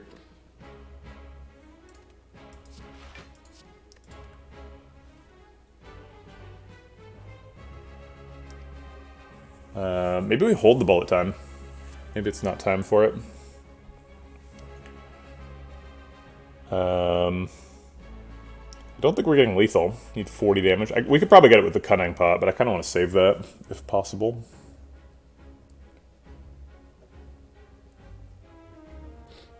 $14 plus 10 is 24.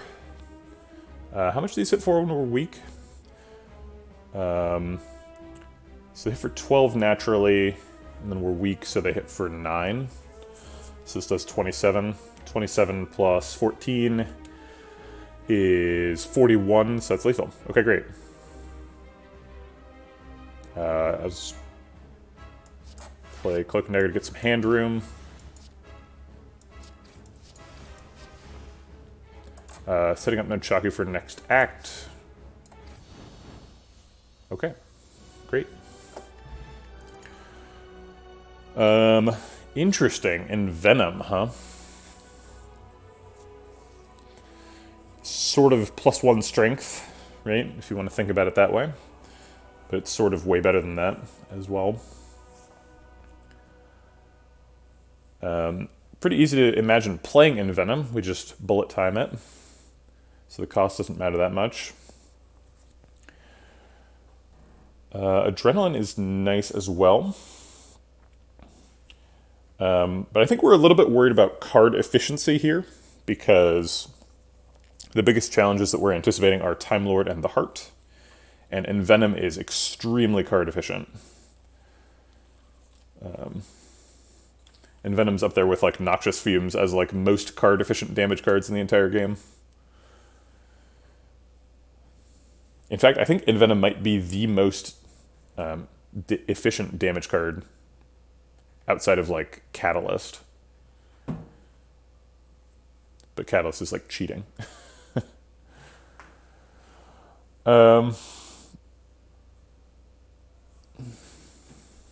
And like Noxious Fumes takes a long time, right? We don't have that long.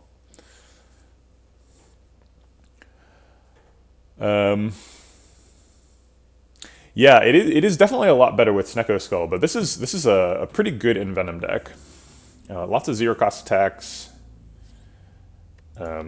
Peeling off artifact charges is pretty relevant, because we want to block with Piercing Wail. Probably want another Piercing Wail in Act 3.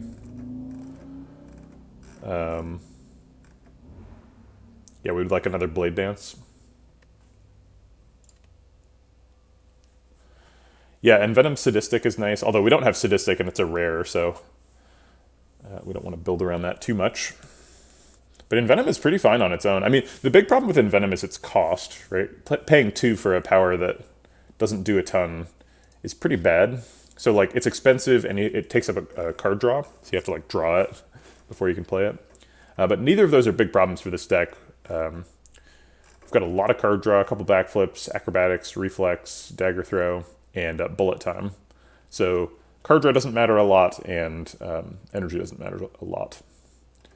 It is important that the cards in the deck all do good stuff, but I think Envenom definitely fits that criterion. So let's grab it. All right, no Snecko Eye.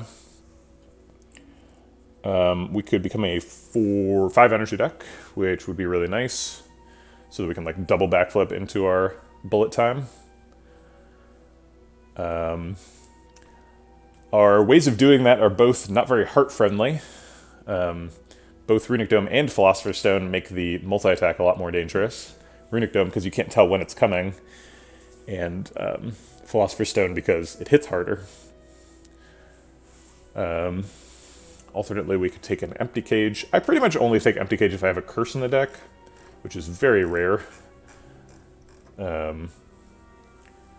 To take a voluntary curse and leave it in the deck through the boss fight. We'd get 2 strikes here, I think is the line. It's pretty good. Makes the deck a little denser. Makes Envenom better. But 5 energy is also quite nice. I think we probably go with Philosopher's Stone, and we just like really bank on lining up the perfect Piercing Wail. Because if you line up the Piercing Wail, then like the multi-attack's going to hit for 0 anyway. So it doesn't really matter if he has 1 extra strength. He just hits you for 1 more during the big attack. There are other fights in the game, right? It's not just can you beat the heart. And Time Lord multi-attacks as well. And you can't really as cleanly solve Time Lord with Piercing Wail. Because you'll have to survive several multi-attacks. But I think Philosopher's Stone is probably still the pick here. What else are we considering?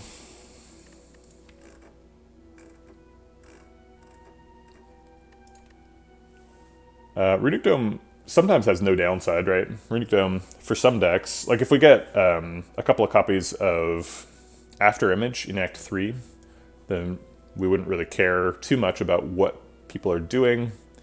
And we could just play a bunch of cards, Runic Dome to block. Doesn't really seem like the situation we're in. All right. Let's take Philosopher's Stone. we're not really starved for energy, and in fact, we've had extra energy on many occasions. But if we have more energy, then we can do more stuff. Maybe you're right. Maybe we've got too much energy. Because we've had a lot of turns where we're like ending with 3 energy, but we're kind of ending with 3 energy after doing some busted stuff. And giving extra energy lets us do busted stuff more often, right? Removing strikes is definitely good. I don't hate it. I think I'm going to go for the energy. It is Time Lord. Okay, all right. Removing all doubt there. We're desperate to get to a shop. We've got 500 gold kicking around here. We do have to go here. So the only shop before that is this one. There is an optional shop after that, so we could try and save money. Go to that shop. I think I'd rather just dodge that shop and go to the Act 4 shop with that money. Going to a late Act 3 shop is not great. So we want to go as early as possible, which is right here. Do we survive that line? 3 fights into a Mega Elite and then a regular Elite? Seems dangerous, but we can't avoid it, so... I guess we could try and avoid it by taking only 2 fights and 3 question marks. We could also get a question mark shop. But, so the way question marks work is... Excuse me. There's a certain chance of different events happening, or of different types of events happening, and each time they don't happen, the chance of them goes up by a small amount. So if you hit 3 question marks at the beginning of an act, you're very unlikely to get a shop, because shop starts out at 1%, so you have a 1% chance of hitting one here, and then 2% chance, and then a 3% chance. And I don't know exactly what that adds up to, but it's not high. I guess I'm going to find out now. 0.99 times 0.98 times 0.97 is the chance of missing. So yeah, you have like a 6% chance of hitting a shop if you hit 3 question marks at the beginning of a run. Not likely. So let's go here. It's true, Tiny Chest does proc, so we want to make sure we're hitting 3 question marks, which we're going to hit right there, I think. Pretty efficient Tiny Chest route, because we're hitting this one and then these 2.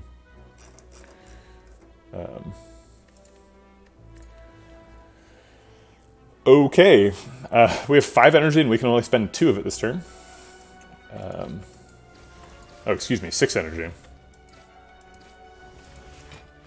Nonetheless, we block out and do 60 damage, so I'll take it.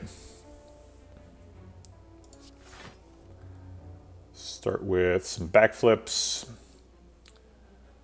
Yeah, ice cream would be nice.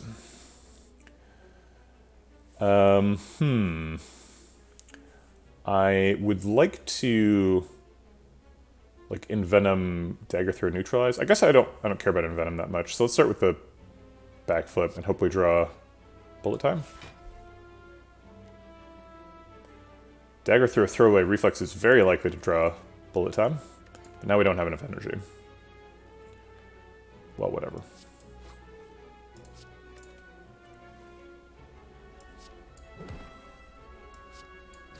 It also gets lethal, so there's that. Dagger Spray still trying to get into the deck. These cards, man. Slice, Dagger Spray, Endless Agony. They just want to get in there. No, we don't need more of these. We're fighting Time Lord. These don't help with Time Lord. There's orange pellets. Man, Choke is good. Fumes is one of those hyper-efficient cards. Pretty decent shop. There's also Wing Boots here, so we might need to reconsider our pathing. What would the Wing Boots look like? We'd probably jump over here right away and get the extra Tiny Chest proc before the Mega Elite. Try to dodge these fights. Oops. Orange pellets for 160. It's probably happening. Leaves 406. What debuffs are we trying to get rid of exactly? I mean, probably just like the heart debuffs, right? The like vulnerable.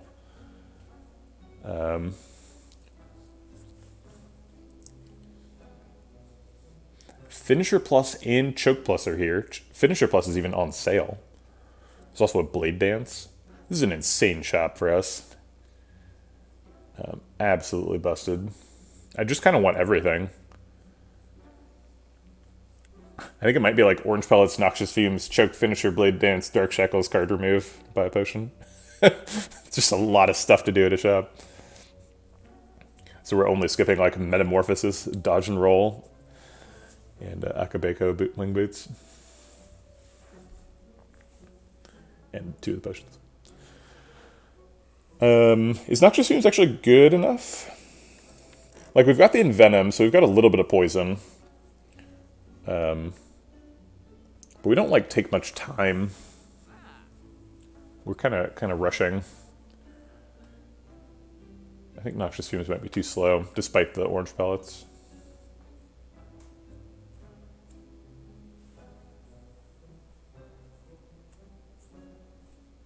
Alright, let's click this. I think we're almost certainly card removing a Strike. So let's do that. Choke is totally busted in this deck, right?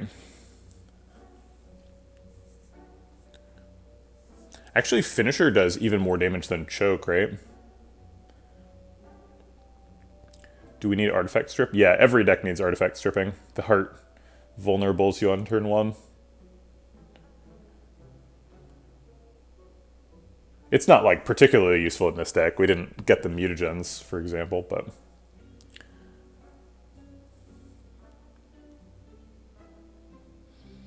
Yeah, Dark Shackles I would imagine is happening.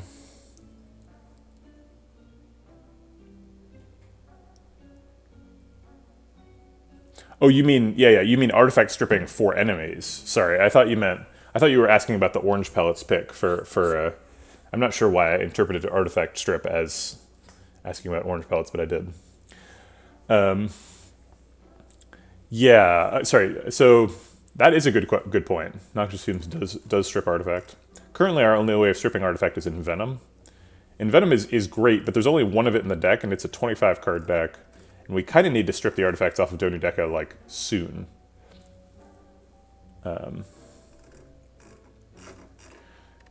We are only 50-50 when counting Donu Deca. It's not super likely. So how many attacks is the crossover between Finisher and Choke? Assuming every card you play is an attack, Finisher is just 8 or 9 times X, and Choke is 13 plus 5 times X. So the crossover is like 5 cards, 5 attacks. So it seems like Finisher is actually much better. In addition to costing less and costing less in fights. Costing less gold and less mana. Right, because the difference between 9 and 5 is 4. And so Finisher does much more damage per card. Although Choke does proc on non-attacks, right? We honestly just don't play that many non-attacks. We pretty much only play attacks. Choke, Blade Dance, Finisher, and Venom. Oh man, yeah, Dead Branch would be so good in this deck. Dead Branch plus Bottled Endless Agony would get really good again. Right, we're definitely buying Dark Shackles, and I think we're definitely buying Finisher. I'm not super sold on Choke. I think it might just be Blade Dance and a potion.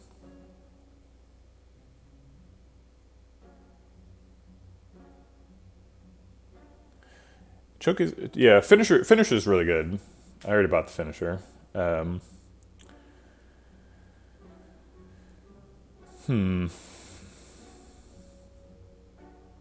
Everything on sale must go.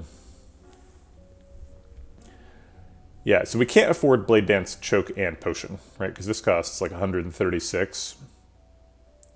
So actually we would be able to buy the Explosive Pot or the Forge. Okay, I lied. We could buy it all.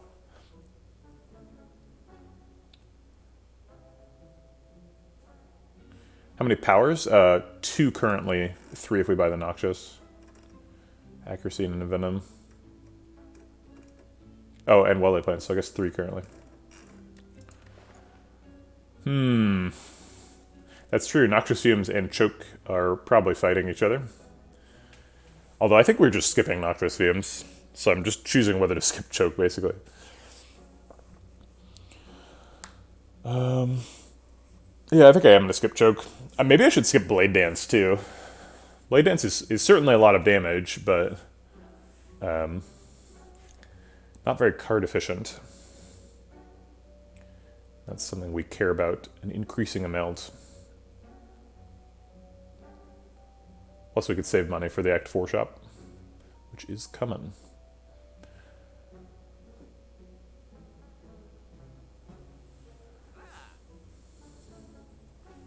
Alright, let's just buy the Liquid Memories and get out of here. Fumes? I don't know.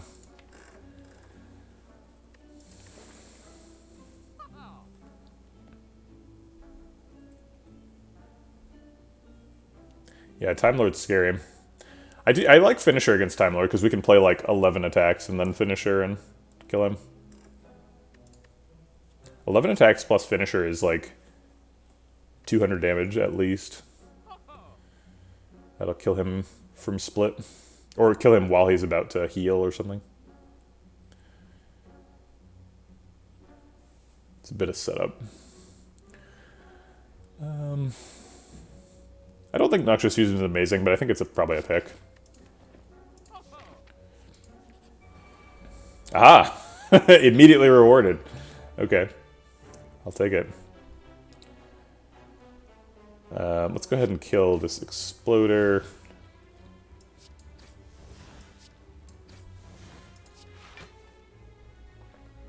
Oh gosh.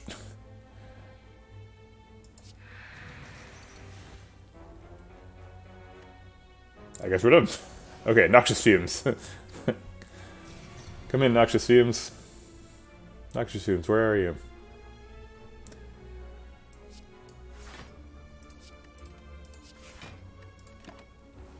Totally forgot about shapes.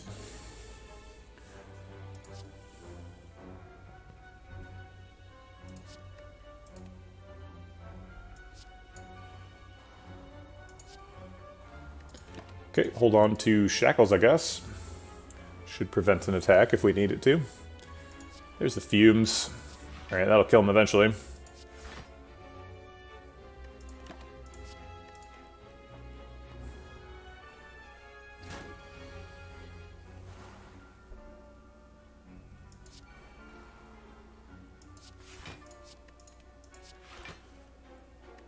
Okay.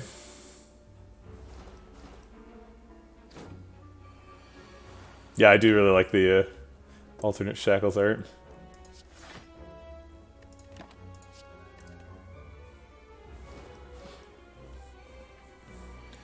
Mostly just press an end turn here.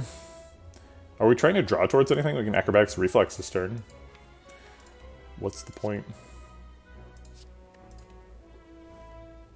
I guess if we can get a Shiv out of the deck, we should. Doesn't look like we can, though. I guess if we backflip into 2 defense, we can do it. Nope.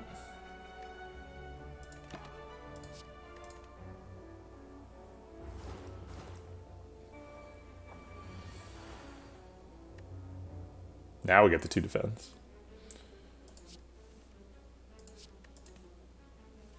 Aha! We got a Shiv. We can get rid of it. This is the definition of micro-optimizing. It's like way over-optimized. Why did we do this? There's no point.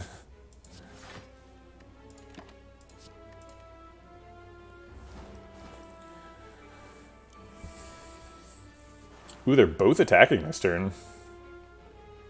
What an interesting challenge.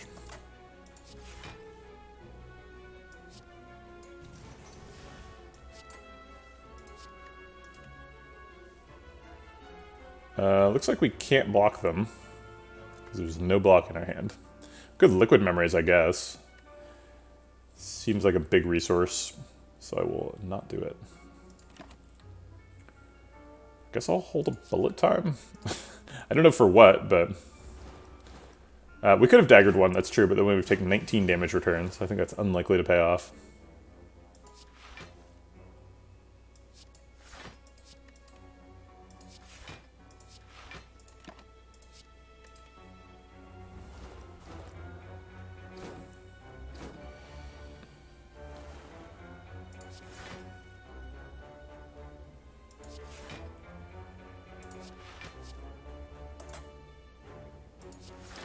Okay.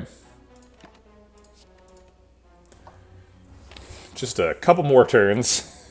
Gotta wait it out. Oh, that's right. They're at the phase of the fight where they just attack every turn. I forgot this happened. Yes, of course. Okay. I was like, man, why do they keep attacking? It's like, oh yeah.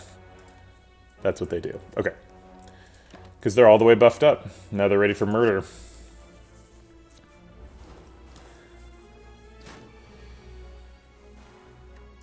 Okay. Alright. Good job, Noxious Fumes. You did it. It seems like we've got enough energy that we don't want to concentrate. What if we pick a concentrate and then we get a malaise later? This deck wants a malaise really badly, huh? No. Doesn't seem necessary. Seems fun. Not necessary. Okay. Got an immediate double backflip into bullet time. Okay, fair enough. This is what you want to see. You want to see both of these guys attacking on turn 1 so they don't get buff. Need to do 50 damage. We have 40? 49. So we do have lethal on one of them. So there's 2 pairs of Endless Agony and Shiv, and each pair does 20, so it's 40. And there's an additional 16. So we get 56, so we can't target him. But we can kill this one.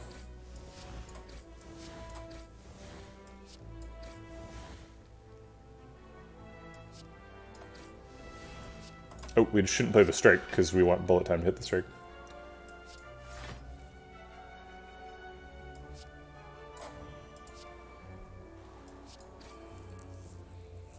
Little did I know I was going to draw Envenom and had slightly more damage than I thought.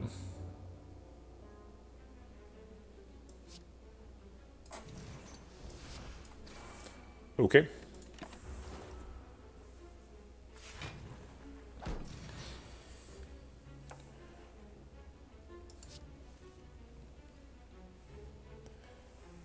For some reason my instinct was to discard the defend, but it seems like we might need it.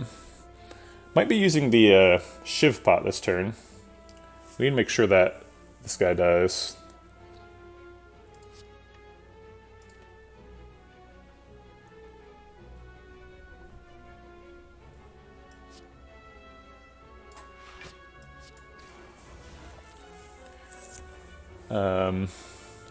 So it's 8, and then this would do 18.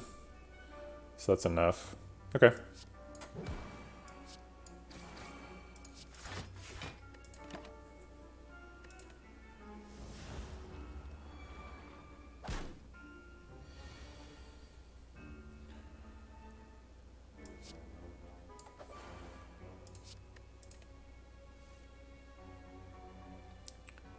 Interesting. I imagine we have lethal.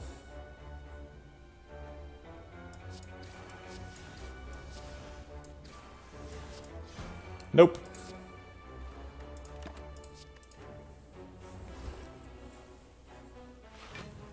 Maybe there was a better way to do that. He's dead, we just have to kill him. Seems like we probably can.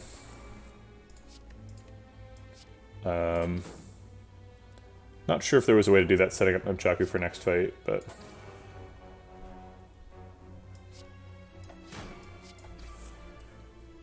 Four I'll have to do.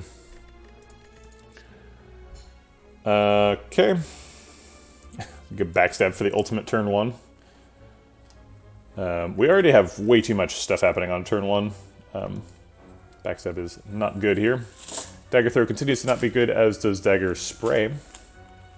There should be a Dagger synergy card, like how there's Strike synergy cards with Strike Dummy and Perfected Strike. should be a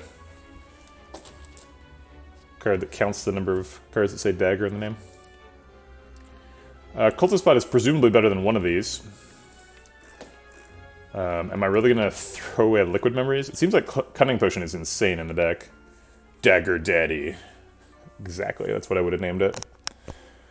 You're on to something there, Praise Snicko. Cultist Pot is a solution for Time Lord. I think we're probably trying to save it for that, if we don't need it for this Mega Elite. Okay.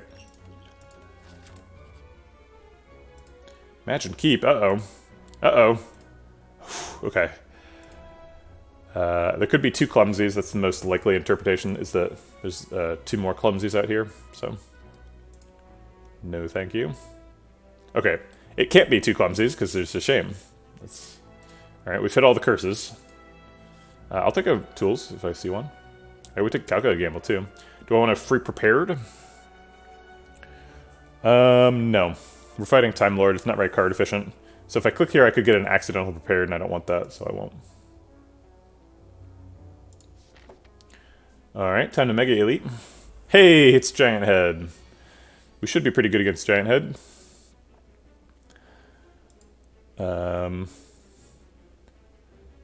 3, 6, 9 cards in hand, so we start with Defend, maybe? To get slow procs. Then we want to go in ascending order of damage. Oh, we should have played Backflip, oops.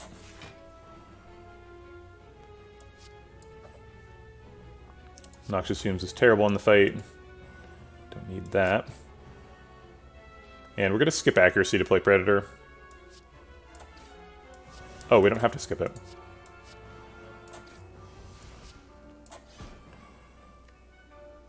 Okay. Acrobatics Reflexes in hand. That draws 5 cards. We have 5 cards that aren't those, so let's start with that. Did I count wrong?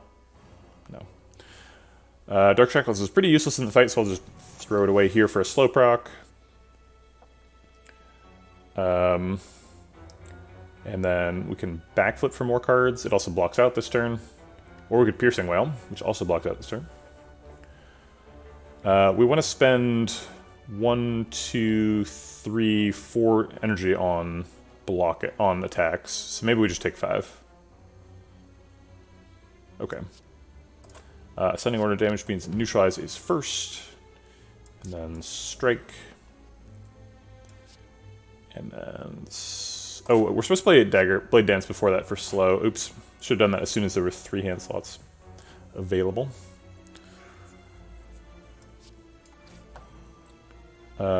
Okay.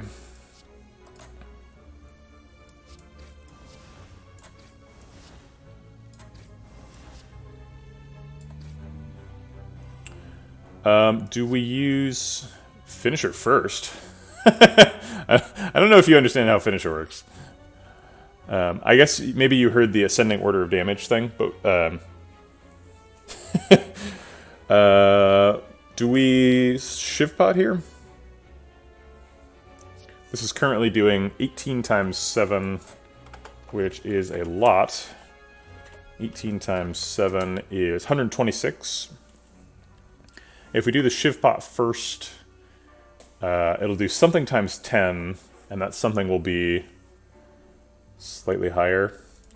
So Finisher starts at 9, and it's currently getting double damage from the slow. It'll get an extra 30% damage. 9 times 0.3 is 2.7, so it'll get an extra 2 damage. So it'll go from 18 to 20. 20 times 10 is 200. So it'll do 200 damage, so it's worth 80 extra Finisher damage as well as the Shiv damage itself. Yeah, I think so. Yeah, because we might get a potion from this, right? Plus the Shivs themselves do 30, so...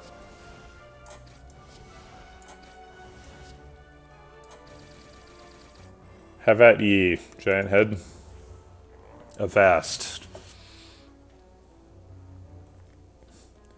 We're going to follow that up with a well-laid plans defend strike turn. Okay. Got him.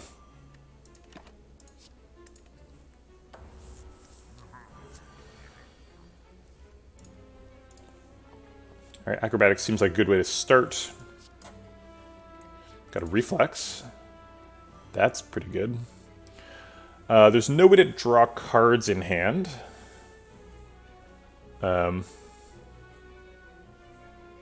No, we blew our load at exactly the right time. Completely splooged all over the giant head. Everything happened the way it was supposed to.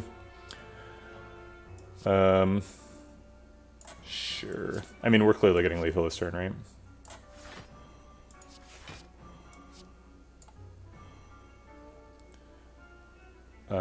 Okay, the 8s are first.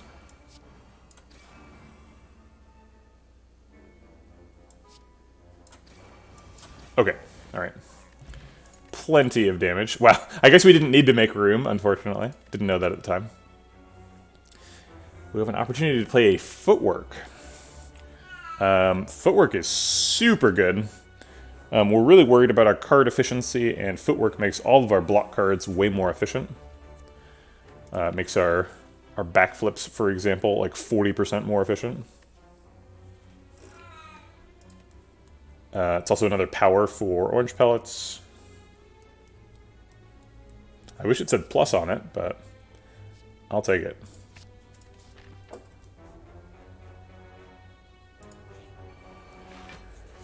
Okay, yet another chance for Noxious Fumes to shine.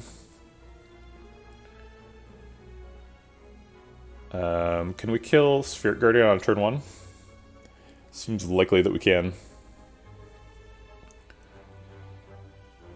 I guess we want to kill Exploder so I don't take damage.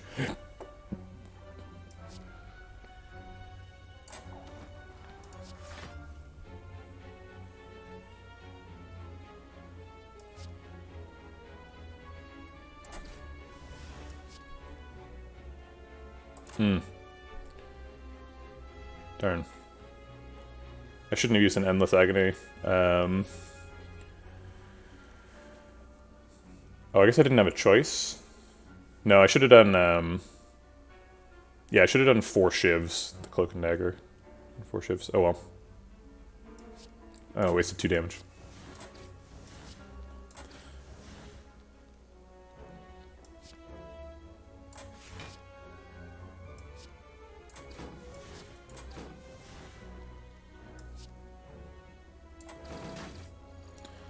Alright, it's all down to you, Spiker. Can you avenge your fallen friends?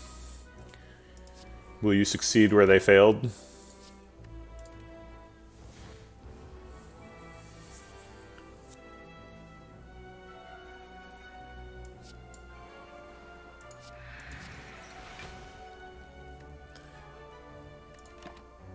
Yeah, no pressure.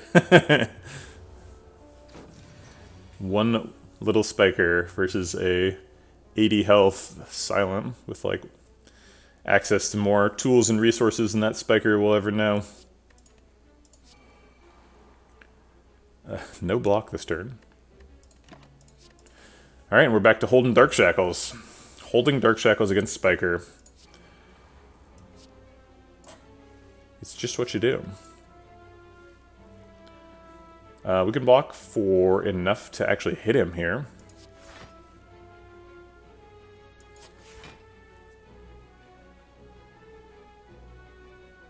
We lose our Dark Shackles if we do Unload, but it's worth a lot of damage. It's 9 relative to Dagger Throw. Sure. That, like, speeds us up by, like, a couple of turns.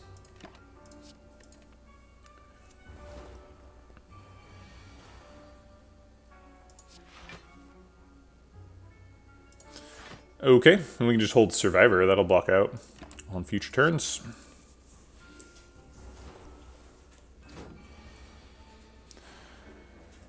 Oh, I guess we probably had enough block there to use an attack. Oh well. Too late now.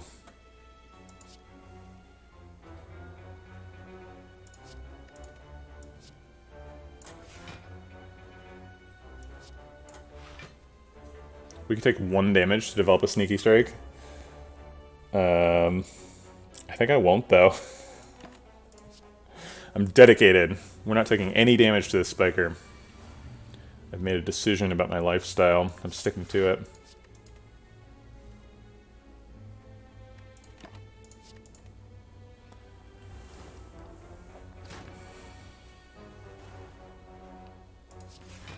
He's got 17 blocks, so we can block for 21. And then punch him a little bit. And that kills him. Great. We did it. Hey, a fairy in a bottle. Great. Glass Knife Plus is just a lot of boom in a small bottle. We don't do anything particularly special with it. It's just a Glass Knife Plus, but that might be good enough. Does 26 damage by itself. 1 card, 1 energy, 26 damage, Final Destination. That's a chunk of Time Lord's health. I mean, he only starts at, like, what, 420? So doing 26 of that's, you know, 5% or something.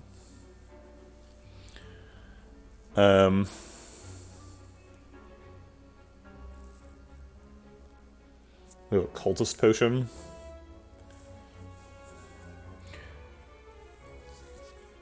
I don't know. It's a card in the deck, is the downside. Doesn't help us survive. Could get an earlier split on Time Lord. I think it's hard to pass a Glass Knife Plus in any deck. I'll take it. Okay, Nemesis. We don't have any boots. How can we possibly win?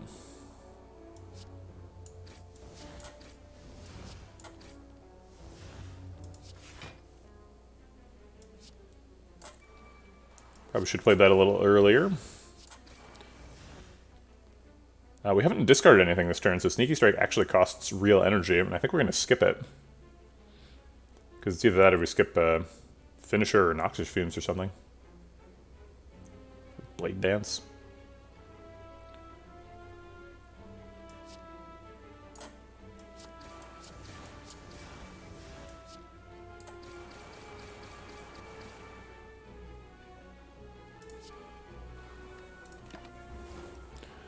Alright. Should kill him next time we have the opportunity to hit him. I'm gonna go ahead and hit him with the Glass Knife. Puts 2 poison on.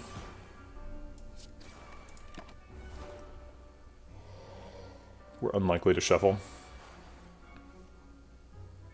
Unloads lethal? Sure is. Nunchaku, though. We can't avoid playing any attacks, so we should play as many attacks as we can. Try and get it reset all the way back.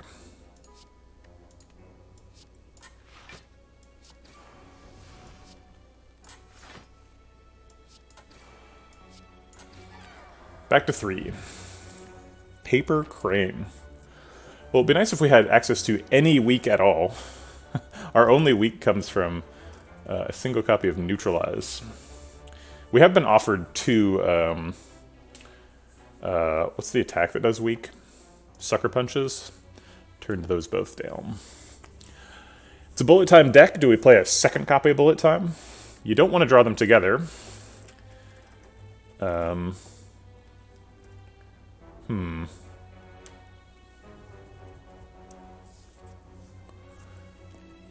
The deck is starting to feel a little bit rough.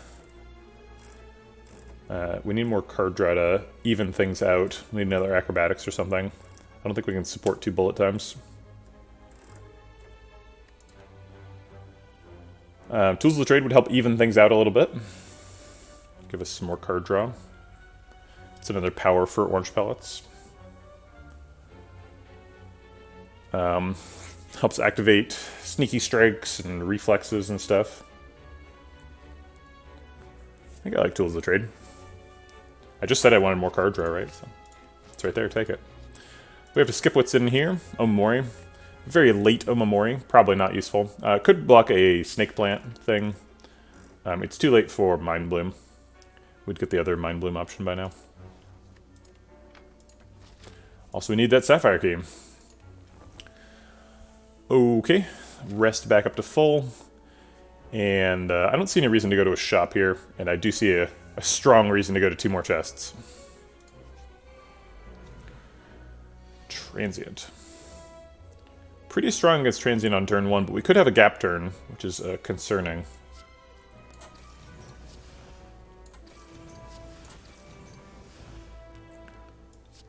Perhaps we don't play the Endless Agonies to decrease the likelihood of a gap later.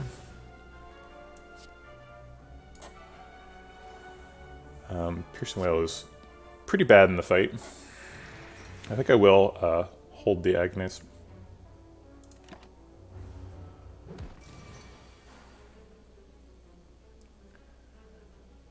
Alright, acrobatics, let's see something. Oh boy. He's got 2 poison, and Venom would only do, what, 2 damage? Unload and Finisher would do that. So I don't think we can skip Predator here. I think it's gonna be like Predator, Dark Shackles, Unload, Finisher. That should be enough.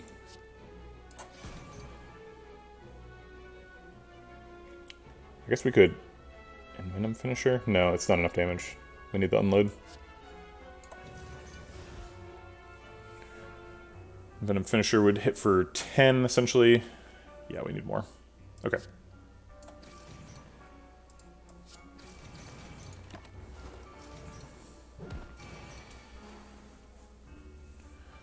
Dagger Throw sets up Sneaky Strike, which I think we are going to want.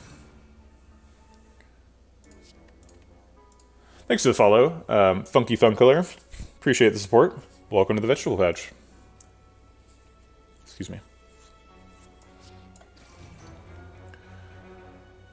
Alright. Let's backflip, see what we get. Looks like we've got time to play Tools and Well-Laid Plans.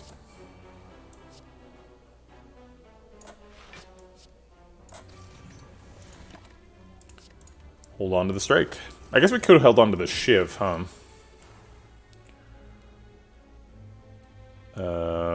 Defense seems bad. Class Knife seems amazing.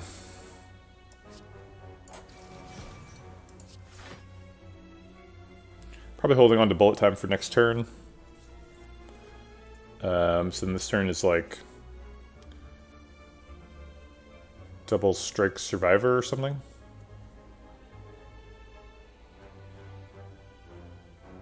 Maybe we just Bullet Time right now. Which just lets us add 2, basically, by playing the footwork now. It also develops accuracy, which could be useful next shuffle. Okay.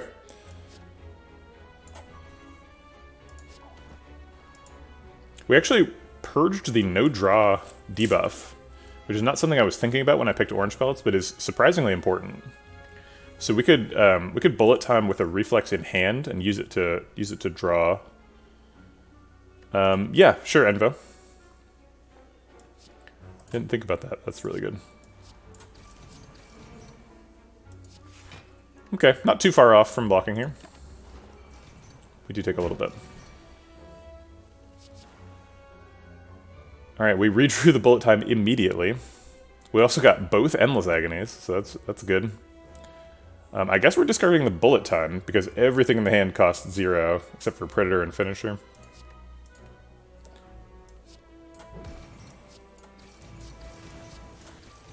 Near 127 damage this turn. Seems like enough. Maybe I should have held on to some of that. Yeah, I definitely should have. Oops. Doesn't seem like it's going to cost me.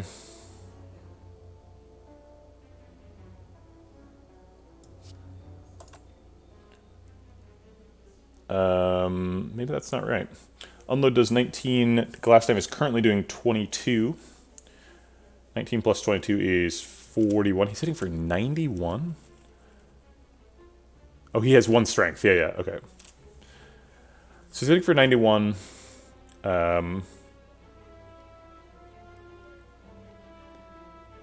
So maybe we're skipping Envenom again. Yeah, let's draw some cards. Oh, we have Reflex. Okay.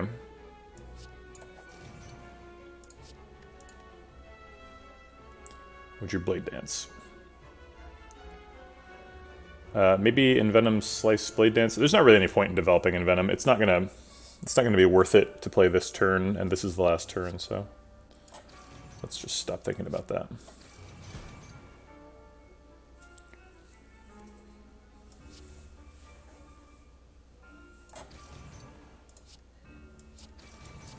Looks like we got there.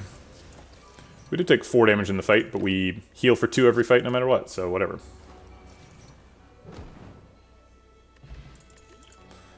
Okay, hey, there's a leg sweep.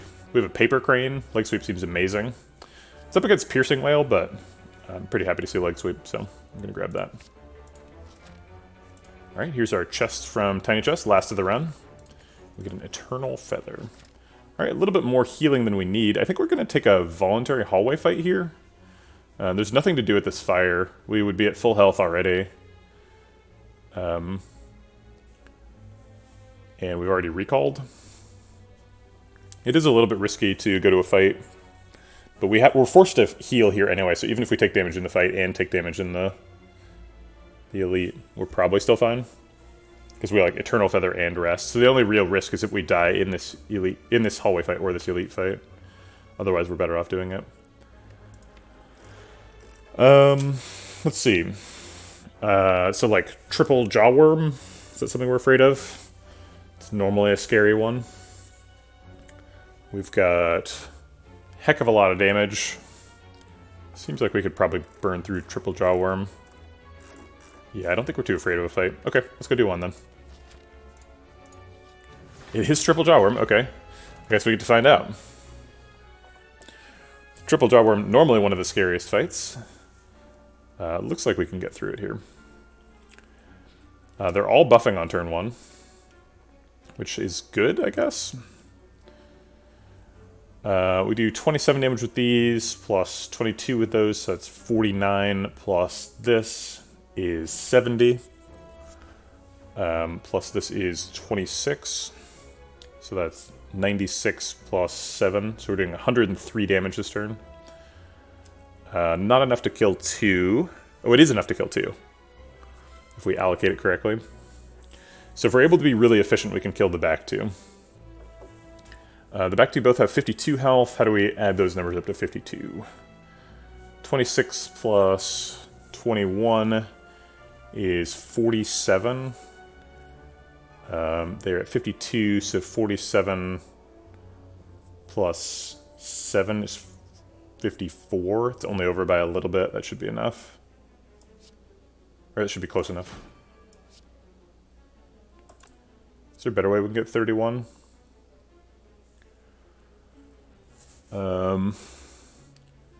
26 plus 7 is 33. But we can't get below 26. Going to like 24 is not possible.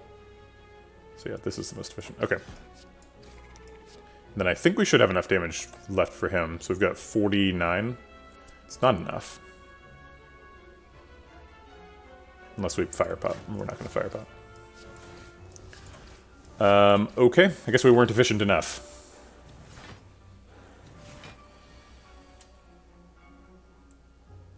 And now we have no damage. It's a surprise.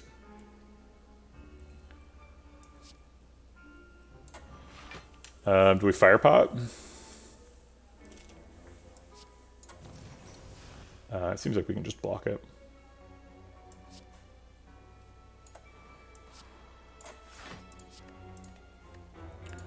Okay.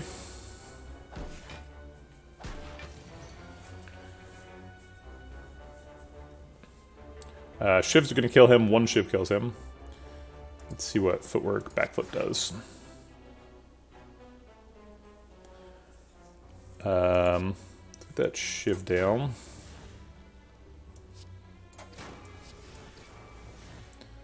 Unload does 19. Not enough. Alright, let's just defend and unload. Let's kill him next turn.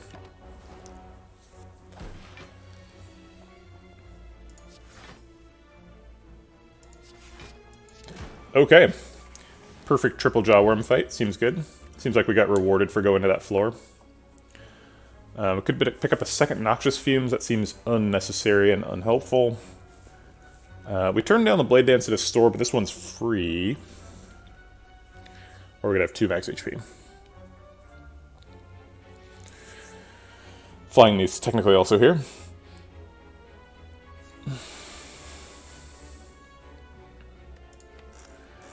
Blade Dance is really good in the deck.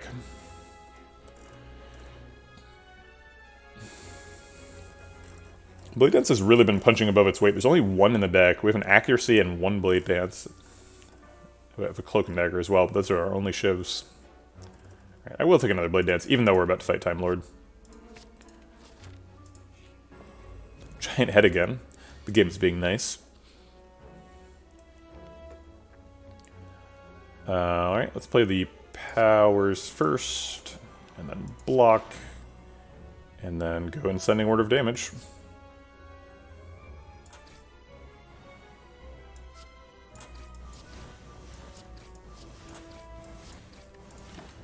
Okay. Noxious Fumes is pretty useless in the fight, so I'd rather draw into a better turn. Which we did. Not quite the finisher we got last time, but still not bad.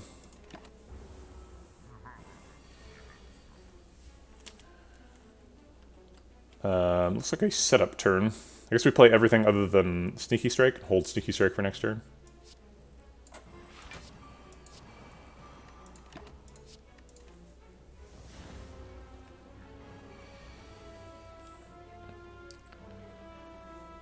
I'm seeing a lot of slow procs happening, and we have a bullet time.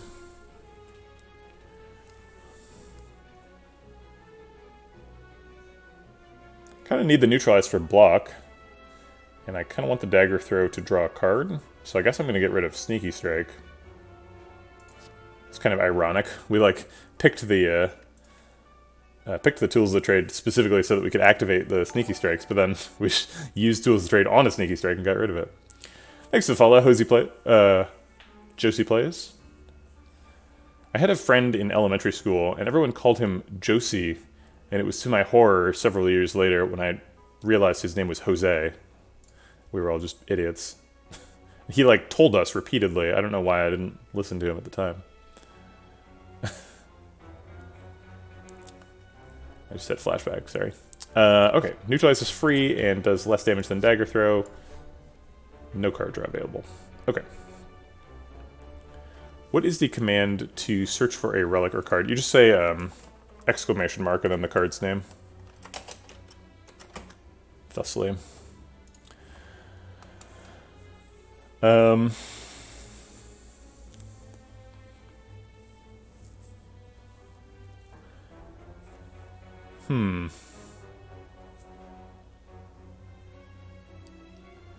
I guess we don't need bullet time this turn. It's spelled with a K in this game. Paper K Rain. I don't know why. You must have typed both of those out before you heard me describe it, because they happened, like, immediately. But it sounded like I told you how to spell it, and then you typed the correct one. But that happened way too fast.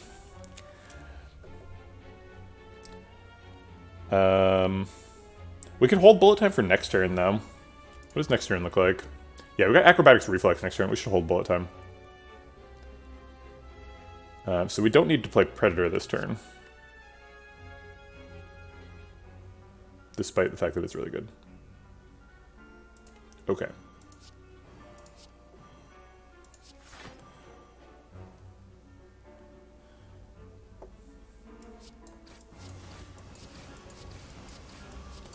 Okay. Take a bunch of damage.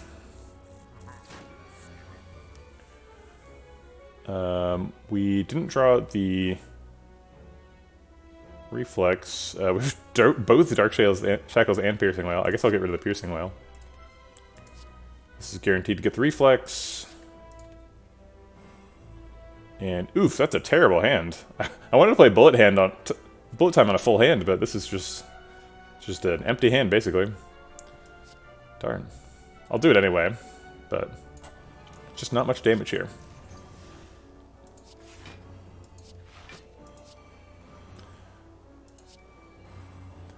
We want to do Survivor last, and we want to do the other things in order of ascending damage.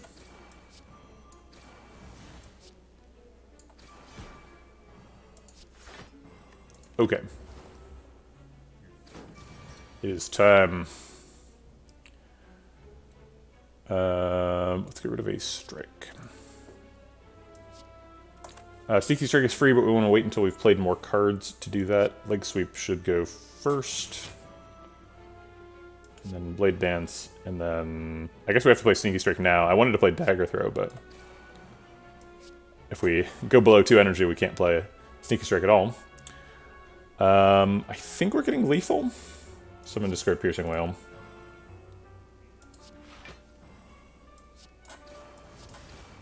Yep, okay. Great.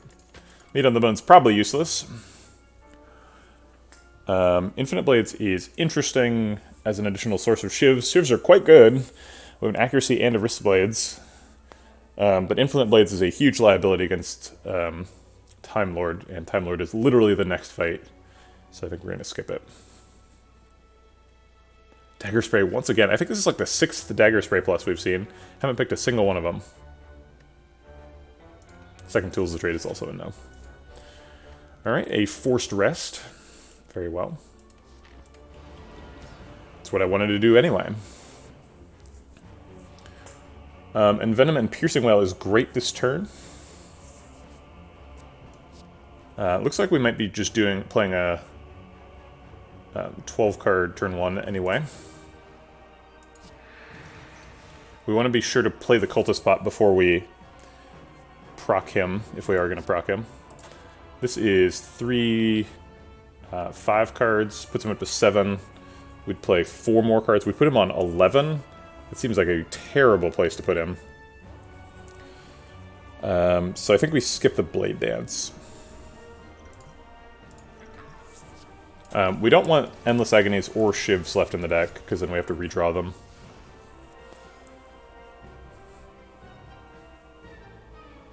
So this is 4 cards. Yeah, that would leave us on 11. That's bad.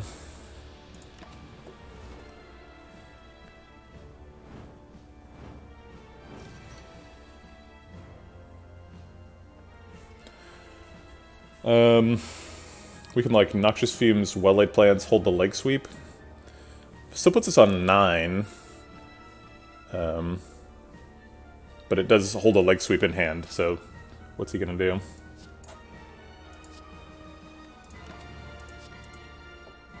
We waste so much energy with this deck. We just constantly have 3 energy left at the end of the turn. Looks like the Leg Sweep double defend. Probably the Speed Pot, too. Actually, if we Speed Pot and purge debuffs, that's pretty good. So that'd be like... Speed Pot, Sneaky Strike, Accuracy, Leg Sweep. Purges the vulnerable and the dex down. I think that's good enough. It's not like an amazing turn, but it's clever.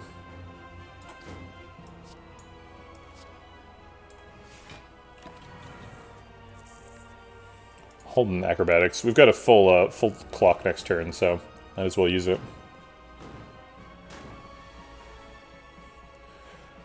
Looks like we picked a good turn for it. Acrobatics bullet time.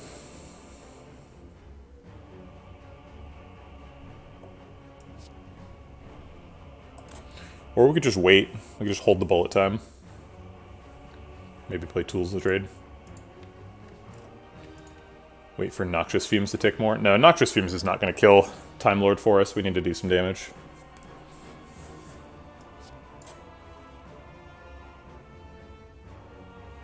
Alright, Dark Shackles is important for later. Maybe that means we want to hold it then. So let's just skip Survivor then, because we're not playing Survivor this turn. We're holding Dark Shackles. Do we need to play Bullet Time? Seems like we actually don't. We only really want to play like 4 energy worth of stuff anyway. Actually, that's not quite true. We want to play 11 more cards. This is 4, this is 2, so that's 6, 7, 8, 9, 10. So we actually need to like draw a useful card and play it. So 4, 6, 7, 8, 9, and we only need to play 10 cards now, so we can play tools and hold Dark Shackles, right? 4, 6, 7, 8, 9, 10, yeah. Just kidding, we can't hold Dark Shackles because we have to play our whole hand.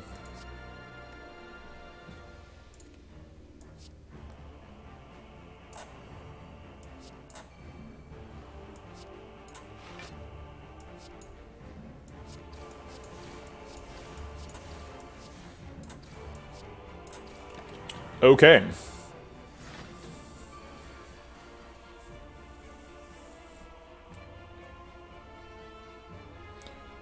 We have no block in hand. He's hitting for 55. Maybe we just try to kill him next turn. Discard the footwork and put like Predator Glass Knife Unload finisher.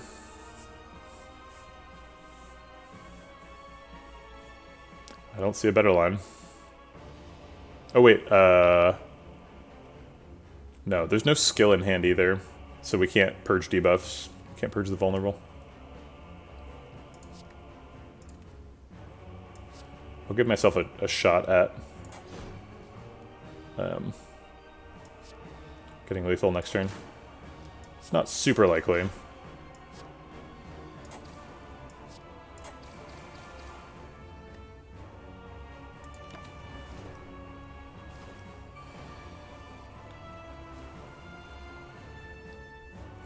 Glass Knife's a good start.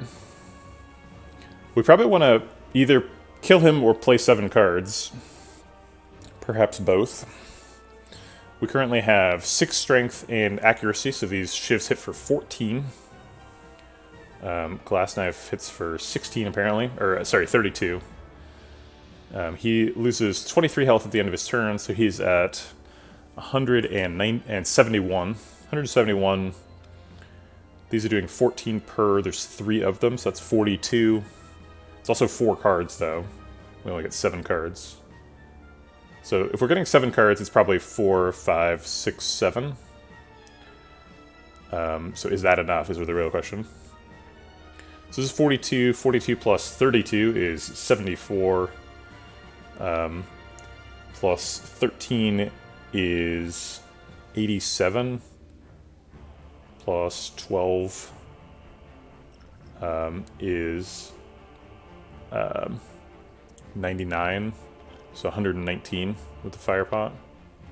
So it's not enough. Oh wait, we also get poison. So 119 plus the number of attacks is 3, 5, 6, 7.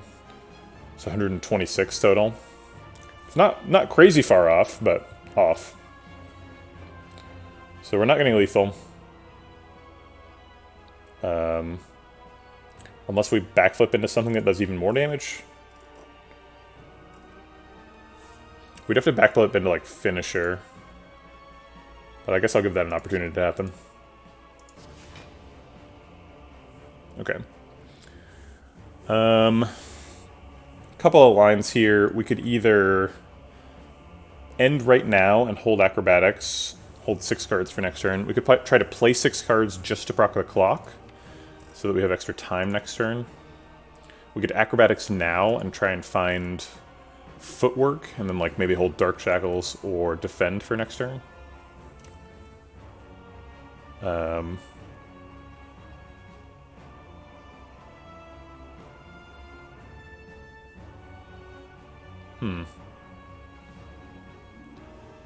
I think I like just end now and hold acrobatics. We'll make the decision next turn about whether we have enough time to mess around.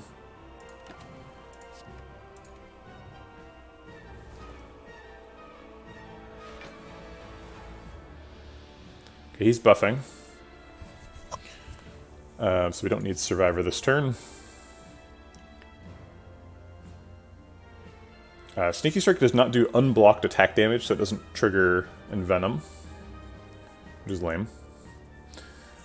6 cards could be like Sneaky Strike, Footwork, Blade Dance, if we play all the shivs, which would do some poison and set up the clock for next turn. We'd probably hold Backflip, blocks for 12.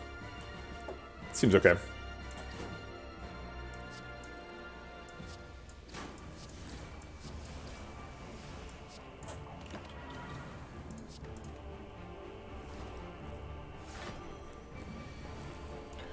Alright, now we have to block for 58. But we have a full turn to do it, and we get to draw a whole bunch. Alright, 3, 6, 8 cards in hand, so Backflip is safe. Leg Sweep is really nice. But we might as well Bullet Time.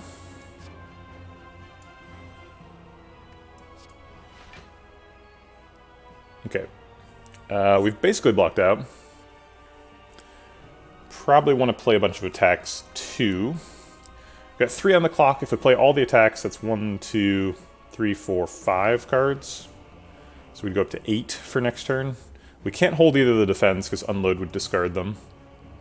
But we have Cloak and Dagger and Dark Shackles for next turn, so we're not in very much danger.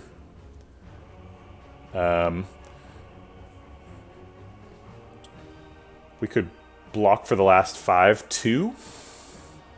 But I don't think that's worth the clock cycle.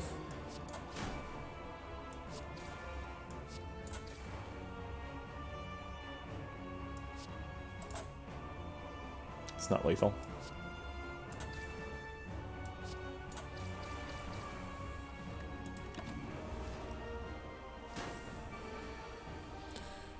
Alright, Dark Shackles wraps it up here.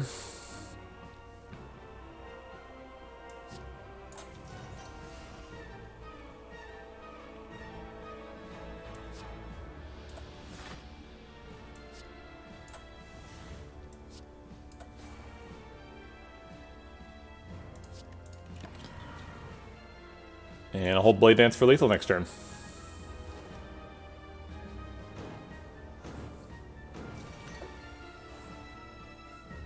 Killing Time Lord with Blade Dance, one of life's small pleasures.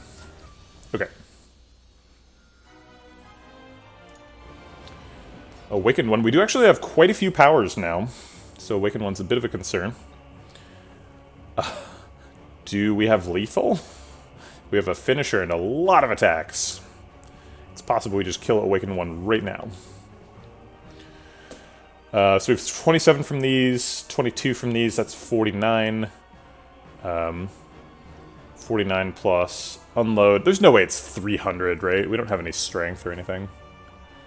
Alright, sorry, I distracted myself. So we're at 49, 56,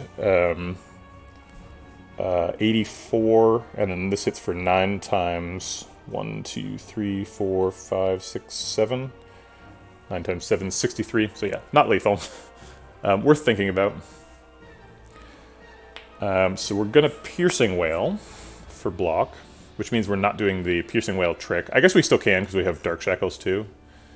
So we can purge some of the strength off of him if it lines up. And we're gonna kill some cultists. This finisher is killing one cultist by itself. So we're not going to worry about the 53 health guy. Because he's getting hit for 1, 2, 3, 4, 5, 6, 7, 63 damage. So we just have to do 51 as efficiently as possible. We can do 49 pretty easily.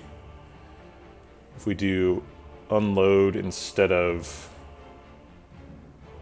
Let's see, 49 is off by 2, right? So if we do Unload instead of 2 shivs, that takes the damage up by... Oh, it takes the damage down by... Or up by 1, yeah. What is that thing sticking out of the Awakened One's chest? It looks like Ritual Dagger. Yeah, that's the deal with Ritual Dagger. So you steal the Ritual Dagger from cultists, and they were going to do this with it. And they still can. You can, like, kill Awakened One with the Ritual Dagger, too. But yeah, it's a ritual that the cultists are doing to turn a cultist into the Awakened One, is my read on the fiction.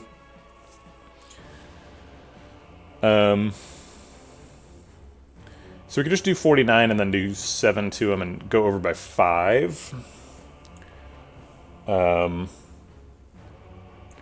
19 plus 11 is 30. So then could we do like 21? No, we cannot. We could do 27, which is over by 6. We could do 25, which is over by 4, which is slightly worse than what we had before.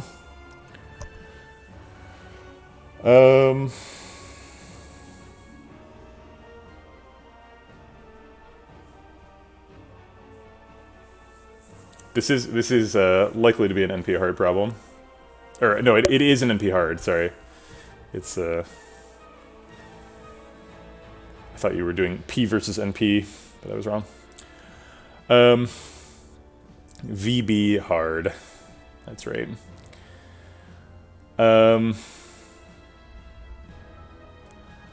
Sorry, my brain broke and now I've forgotten all the numbers. That's actually a really interesting phenomena, so despite the fact that it happened to me, and it causes me to experience a small amount of shame, I'm going to talk about it. So I don't know how many people in chat are familiar with the board game Power Grid. But there's a point in the game Power Grid which encourages you to think like very far into the future, right? You're supposed to like know what you're doing this turn, know what your opponents are doing this turn, know what you're doing next turn, know what they're going to like buy from the power market, right? So that you know if you have enough money to buy the supplies you need, right? Like, and there's a point when like people start breaking out calculators, and I think that game is a big offender in like resetting players' brains. And there's a point when you have too much stuff to think about, and you just like forget it all, and you get uncomfortable, and you're like, "What are we doing here?" Like, so that just happened to me because I can't figure out how to do 51 damage. Okay. All right. So if we do 19 and then 11, I think that was the start, right? We do 30 and then we want to do 21. We do like 18 plus 7. That's whatever. That's close enough. I'm done. I'm done with it. Alright, and then the rest of these go on Awaken 1. And we finish off this guy. Okay.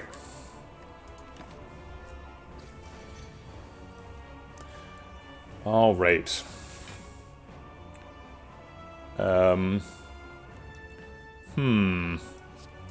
Can I get the backflip, please? Or the footwork, please? No, it looks like I can't. I don't think we're going to play in Venom in Phase 1. This is free. We don't have any way of holding on to cards, so whatever. Dark Shackles is pretty good this turn. If we Dark Shackles and then play a power, he does get stronger, so we would take 6. So if we play a power, we probably want to play Leg Sweep as well. So maybe it's like Dark Shackles, Well-Laid Plans, Leg Sweep, Predator. That seems okay.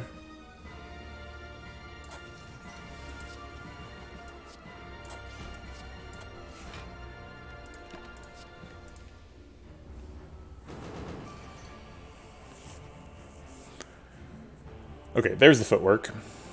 We need that.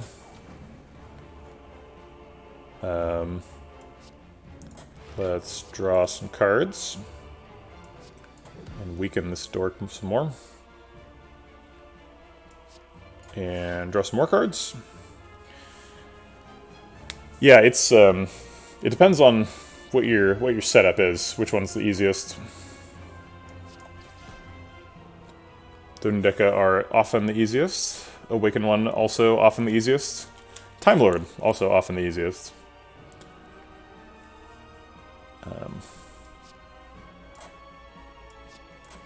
We play both Blade Dances here, thanks to Nunchaku.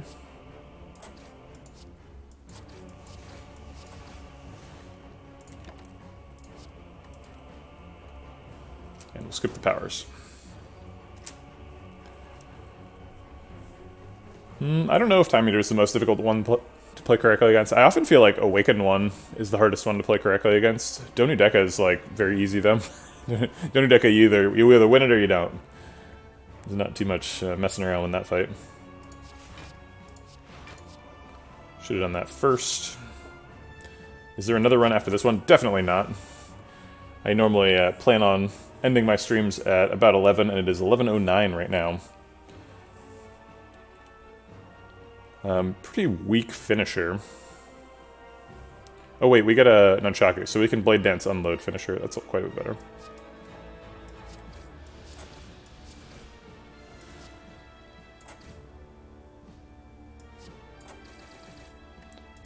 Alright, we take one.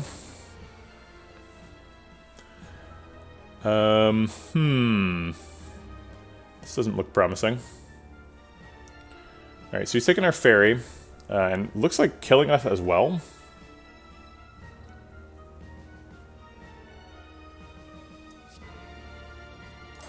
Yeah, there's just not much we can do this turn. Looks like he's not killing us, because he takes the fairy on the third attack here. I don't think he can kill us. I think we spawn at higher than 7. Okay. No rest for the wicked. Gotta get right back to it.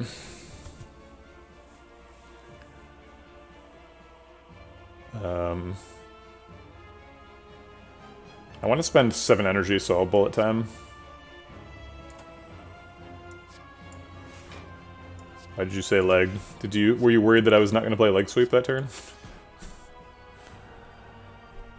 No tools. I will hold it though. That poor little fairy. What did she do to deserve this? We might be able to play accuracy and or tools to trade while he's down this turn.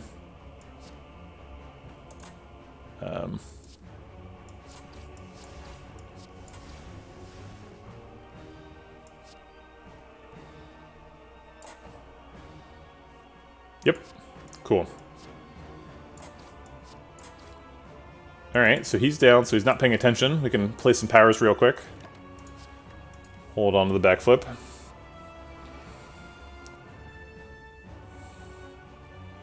Doesn't look like much of a strike turn. Looks like more of a block or die turn. But we have blocked.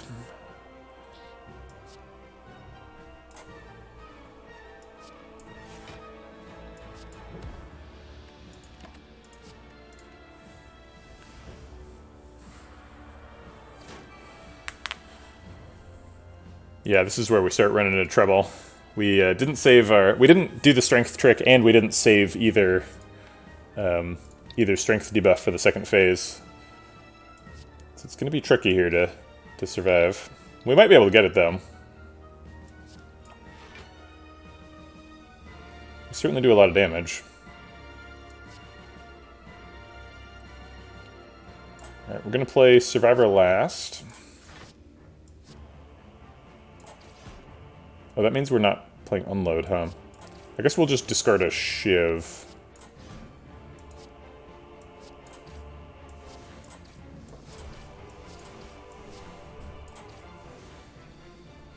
Costs us 10 damage if we discard Unload. That's too much. We are about to shuffle, though. We die if we don't. Survivor. Alright.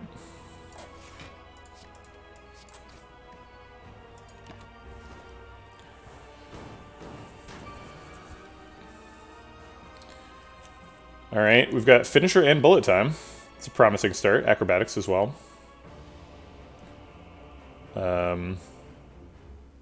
Seems like blocking this turn is an option, so I'm going to keep that option open. Yeah, we can just double block this turn. Okay. Great. Bullet Time lets us finally get Envenom down.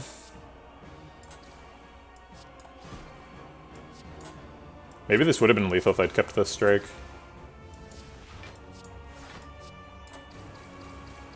Yeah, it would have. Oops. We're only taking 1, so it's not a big deal. Well, we've made it to Act 4. That's nice. I like it when that happens. All winning runs get to Act 4, little known fact. Or all hurt-killing runs get to Act 4. I did not think we were going to make it through that Awaken 1 fight. I was sort of preparing for my run eulogy there, but I'm happy to go to Act 4. Saved up a little bit of money. Should be at full health after this fire. Yeah. Unnecessary campsite. Unnecessary campsites happen in a lot of successful runs. So that's a good marker. Yeah, we did not set up the nunchaku well. That is a good point. Catalyst.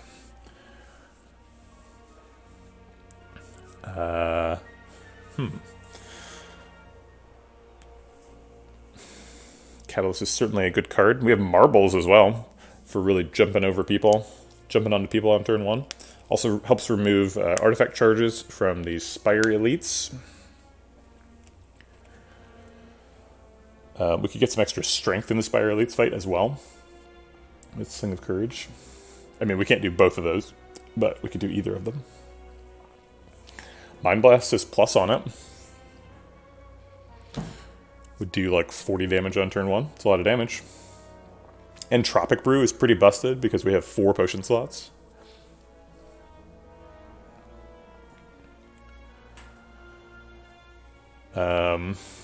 We could do like Entropic Brew, Catalyst, Noxious Fumes, and Gambler's Brew. Secret Weapon does get Finisher, that's true. Very expensive Secret Weapon, though.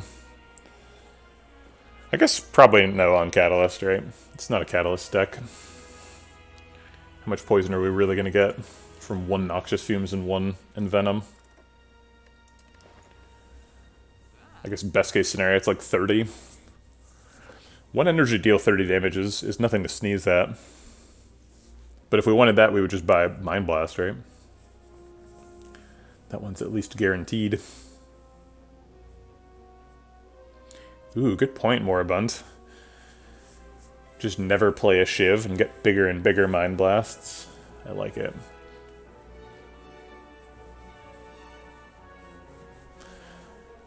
I feel like the pick is probably just like Entropic Brew, card remove, Gambler's Brew. I don't think any of these relics are sufficiently exciting. And the Entropic Brew is insane, right? Especially with orange palettes. If Entropic Brew gets like a flex pot or a speed pot, we're in really good shape. It's too bad there's no flex or speed pots here.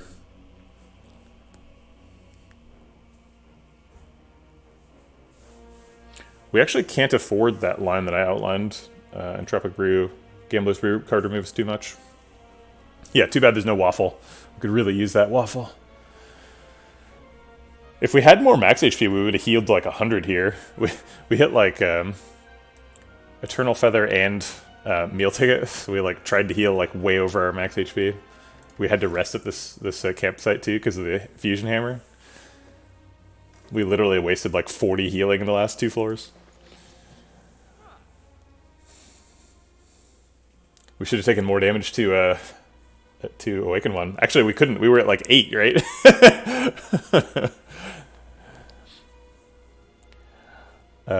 I think Entropic Brew is still the pick. Maybe it's just all potions. Entropic Brew, Gambler's Brew, Weak Pop.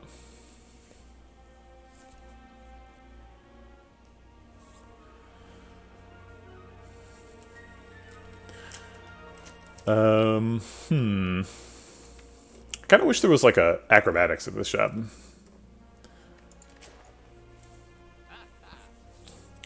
Or like a footwork. The deck is just kind of missing some like basic stuff.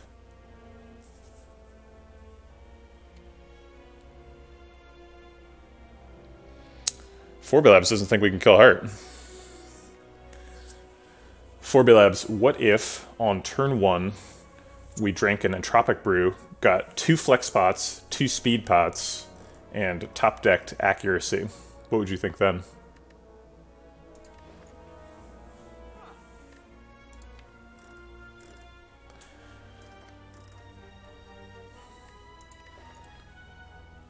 You think that's still a loss? You are insane, Formula Labs. That is an easy win. That is a waltz to victory.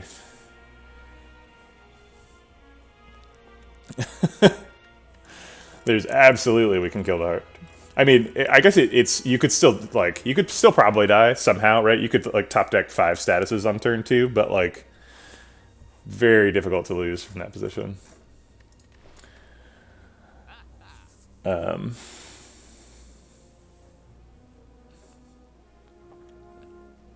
It's true, yeah. The wristplate's got a lot better, despite not changing. All right, let's quit messing around here. Maybe we do weak pot card remove instead of Gambler's Brew. Gambler's Brew seems pretty nice, though. Do we like Gambler's Brew on turn 1? Because we draw like a 9-card hand on turn 1.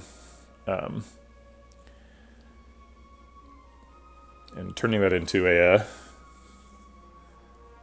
search your deck for whatever you want and put it in your hand is pretty good. It's true. If we keep the Gambler's Brew, we can't draw 5 statuses. That is a great point.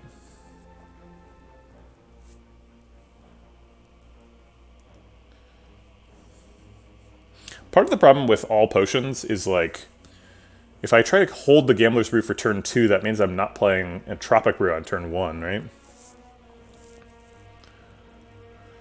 Fumes is okay. We have a Fumes in the deck already. So our current options for artifact removal are Noxious Fumes and Envenom. But we're not really super sensitive to artifact removal. The only things we need it for are a single Piercing Wail and a single Dark Shackles.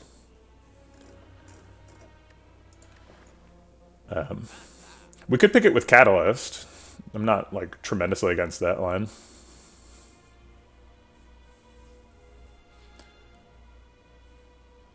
If we pick Gambler's Brew, Noxious Fumes, Catalyst, we could probably get 2 Noxious Fumes on turn 1, or likely get at least 1.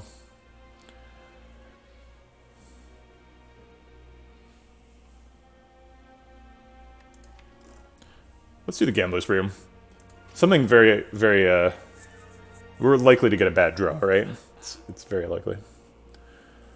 And I think I'll take a weak pot as well. This one is only for the heart, basically. But weakening him on turn 1, guaranteed with a Paper Crane, seems worth it. All potions it is. All right. No block. You know, sort of a tradition with this deck. Wouldn't want any block. Just gets in the way. We could play Envenom to remove some artifact charges from presumably Spire Spear. Or we could just Gambler's Brew right now, if we don't think this is a good hand.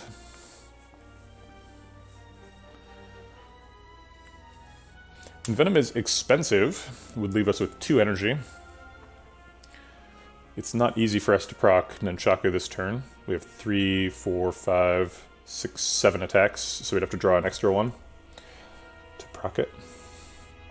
And then we'd have to play Unload before Noxious Fumes, which is not possible. We may still play Envenom this turn, but I want to see the card first, so let's Daggerthrow first.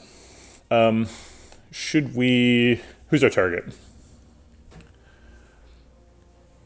We might be able to assassinate Shield this turn.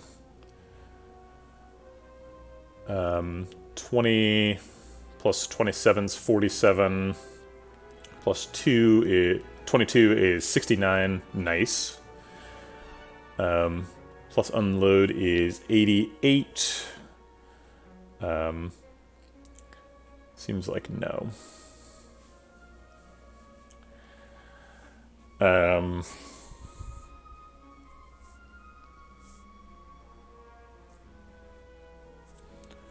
well I don't anticipate it being likely that we run out of energy. I guess the worst case scenario is we like Envenom into Daggerthrow and then top deck like the one card we can't play, which is Bullet Time. But top decking anything else with 2 energy is fine, right? So I guess we do have 5 energy worth of stuff we want to play in hand. So if we play top deck anything, we end up not anything that costs something we're not able to play it.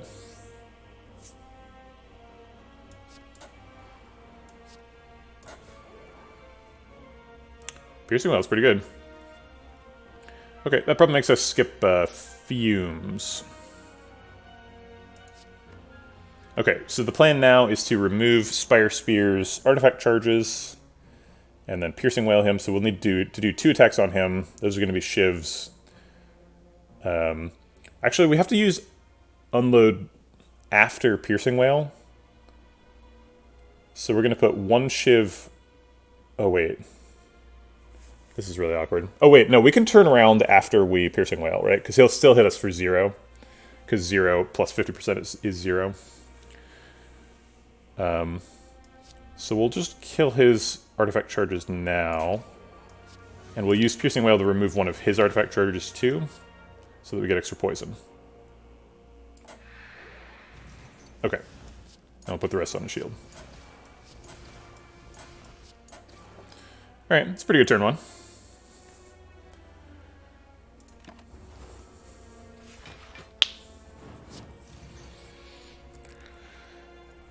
Yes. Getting screwed. Dark Shackles is nice.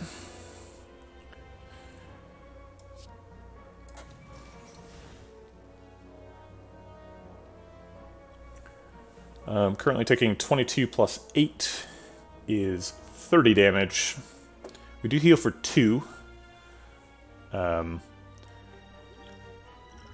I think this is probably the Gambler's Brew.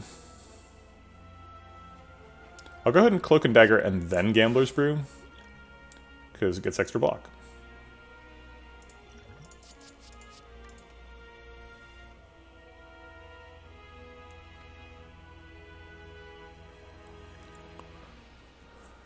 We have to get through 30 armor on either target. I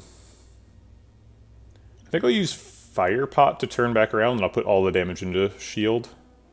Or, shield? No, wait. I should use Fire Pot first, and then use Slice to turn, or a Shiv to turn back around. Yeah. So let's start with Fire Pot so that we get poison through the armor for all of them. And turn around with the Shiv at the end. Almost get a free turnaround here.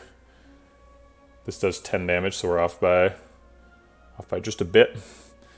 Could drink the Entropic Brew now. Hope for an Explosive Pot. I think we're saving that weak pot for the heart. So I'll take some damage instead. Actually, is it less damage this way? No, it's 12 plus 15, which actually is less damage, right? Because it was 8 when we were facing here. So it's 22 plus 8 was 30. Currently it's less than 30. It's 27. Okay, fine.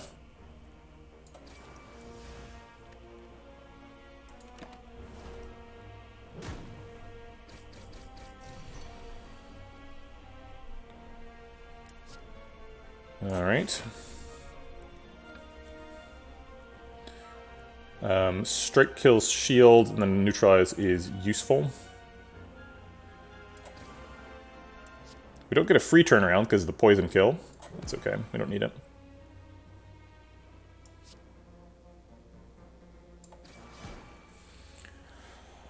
I want to play Survivor, so I guess I'll play Survivor Well-Laid Plans and ditch the bullet time. Defend blocks the burn damage. No reason to save a strike. Is this lethal? Acrobatics draws exactly these. So the max damage is like Acrobatics, Accuracy, Blade Dance, Finisher, maybe backflip into something else. I guess let's see what we're getting. I'm going to assume we're not looking for lethal.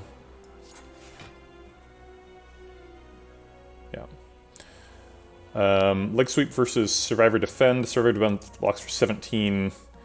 Leg Sweep blocks for 13, but the Paper Crane weak is most likely better. So we'll do that. Alright, we end up taking 8. Hold Finisher, hold Blade Dance, makes sense. I think he's buffing next turn. So he's not attacking for sure. Even holding accuracy makes some sense. There's another Blade Dance in the deck. I'll hold the Blade Dance.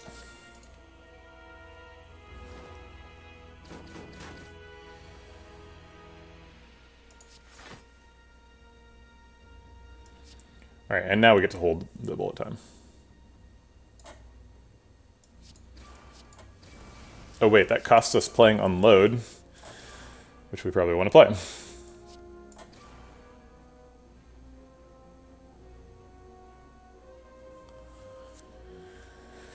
Unload Sneaky Strike is 34 damage, plus the 2, so 36, plus the 7 is 43.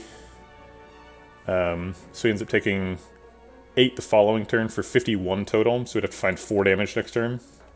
Seems very likely we find 4 damage next turn.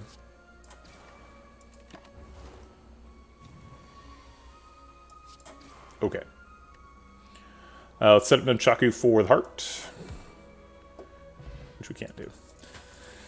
Stone Calendar, the game's best rare relic, is here to party. These cards are all good. I think we'll take Accuracy for the heart.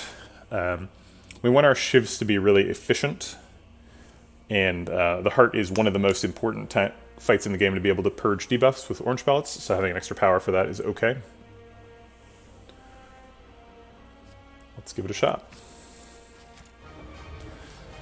Alright, here he is, the heart. We did top deck Accuracy. It's time to find out what these are going to do. Alright, we got ourselves a flex spot. We don't have any skills in hand, unfortunately. So we can't actually purge debuffs right now. I guess Unload hits Reflex. So we'll try that. Do we use the flex spot now, or save it for when it's guaranteed to get the debuff purged? I guess we do have a skill in hand. It's just an unplayable skill. How likely is it? I think we'll take Accuracy for the heart. Yeah, seriously.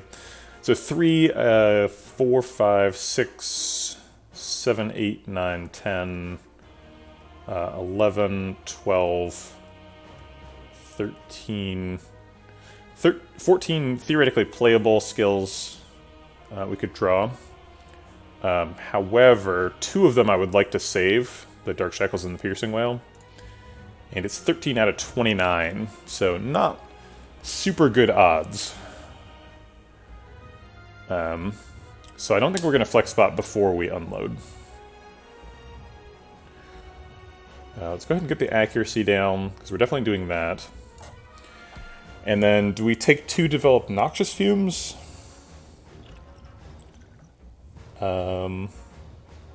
Actually, wait. We have Snecko Oil, so we can basically force draw a skill if we miss. Are we willing to play Snecko Oil though?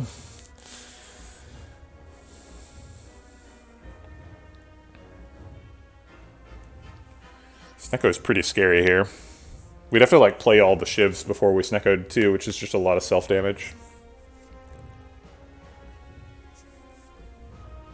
We're only missing 5 damage for waiting until after unload to play flex spot. Oh wait, no, that's not the deal, because if we get a skill, oh no, yeah, that's fine. If we get because when we get a skill, we can use the flex spot and then use the skill. All right, so it's only costing us 5 damage. I think Noxious Fumes is worth 2 health, is it? Hard to say. No, I guess it's not. Because we might need every bit of health, right?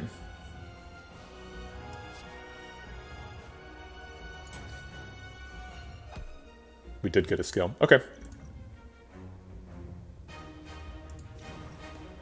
So we'll drink that and purge debuffs.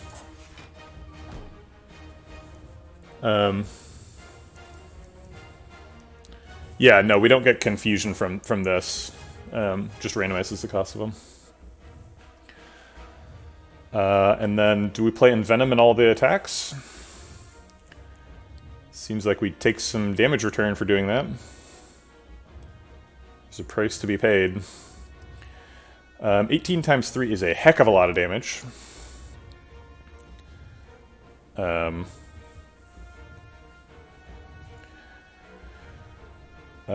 30 plus 24 is 54.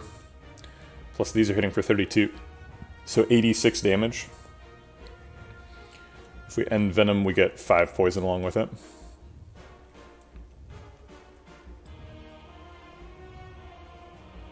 Alright. How much self-damage are we taking, though? Playing 6 cards, taking 12 damage back, so we lose 9 health. We could actually acrobatics to look for more skills, because we have an Nunchaku coming.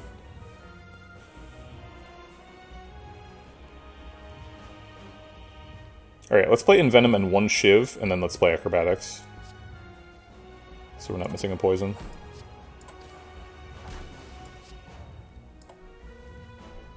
Darn. We've drawn another zero cost skill, or zero cost attack. We're willing to take 10. I feel like we just want to do as much damage as we can this turn.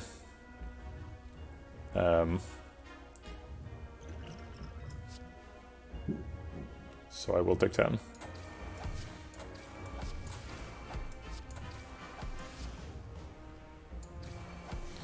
We could Cunning Pot too. They naturally hit for 6, so in this case they'd hit for 16. There's 3 of them. 3 times 16. Wait, they were doing... The unupgraded shivs in my hand were hitting for 8. Wait, what? Which... I never understand, like, why this says this number. Is it wrist blades or accuracy? Which one of this... Like, I don't know. They both say do 4. Is it wrist blade that does it? Very confusing. So we have plus 14 damage, and they start at 6, so they'll do 20. So we get an extra 60 damage in, plus the 3 poison, so we'd end up doing 69, which is nice. Get close to Nunchaku proc. We would take 6 damage. We'd be 10 damage off of damage capping the first turn, which is like... We want to do as much damage as we can, but... You're either damage capping or you're not, right? If we can damage cap 4 times in a row, he's dead. But if we miss damage capping, then he survives for the 5th turn, and on the 5th turn he attacks us, right? So, it doesn't really matter if you do, like, 155 versus 180. Doesn't matter as much as if you do 199 versus 200. If that makes sense. We have an attack pot, too. We could throw it all in. But I think we're saving the attack pot for looking for dash when we're a little bit more desperate. I want to get that poison in on turn 1, though. Like, we need the damage, so let's go for it. So not a damage cap, only off by 10. But that's just the way it is. Alright, gonna need a debuff purge here. We got one.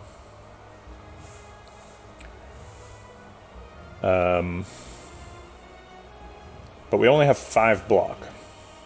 So we could Sneck Out Oil right now. I don't really care about the costs of any of these.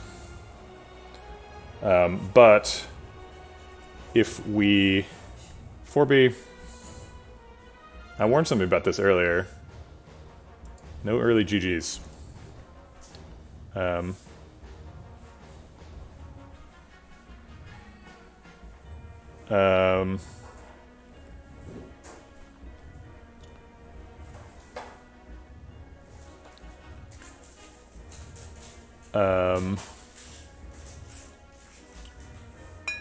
So when we purge the debuffs, he hits for how much?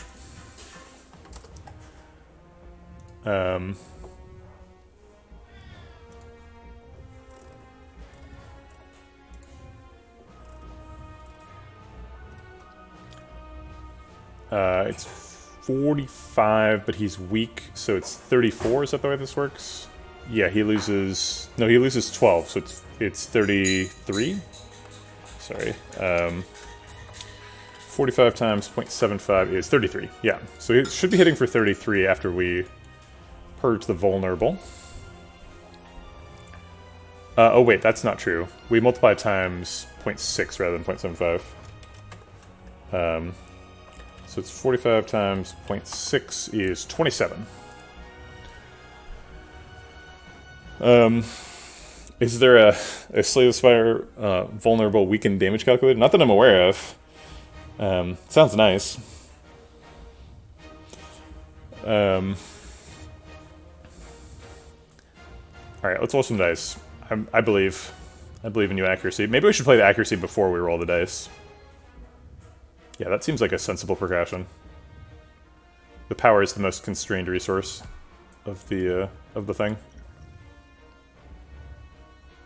Alright, we did get a 1-cost defend, which is important. We also got a 0-cost strike, so we can double defend strike, or we can defend piercing whale strike.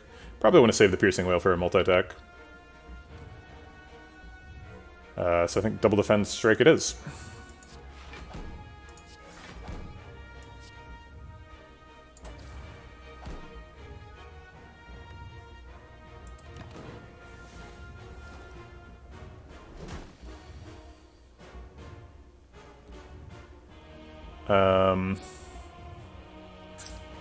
We can't draw anything.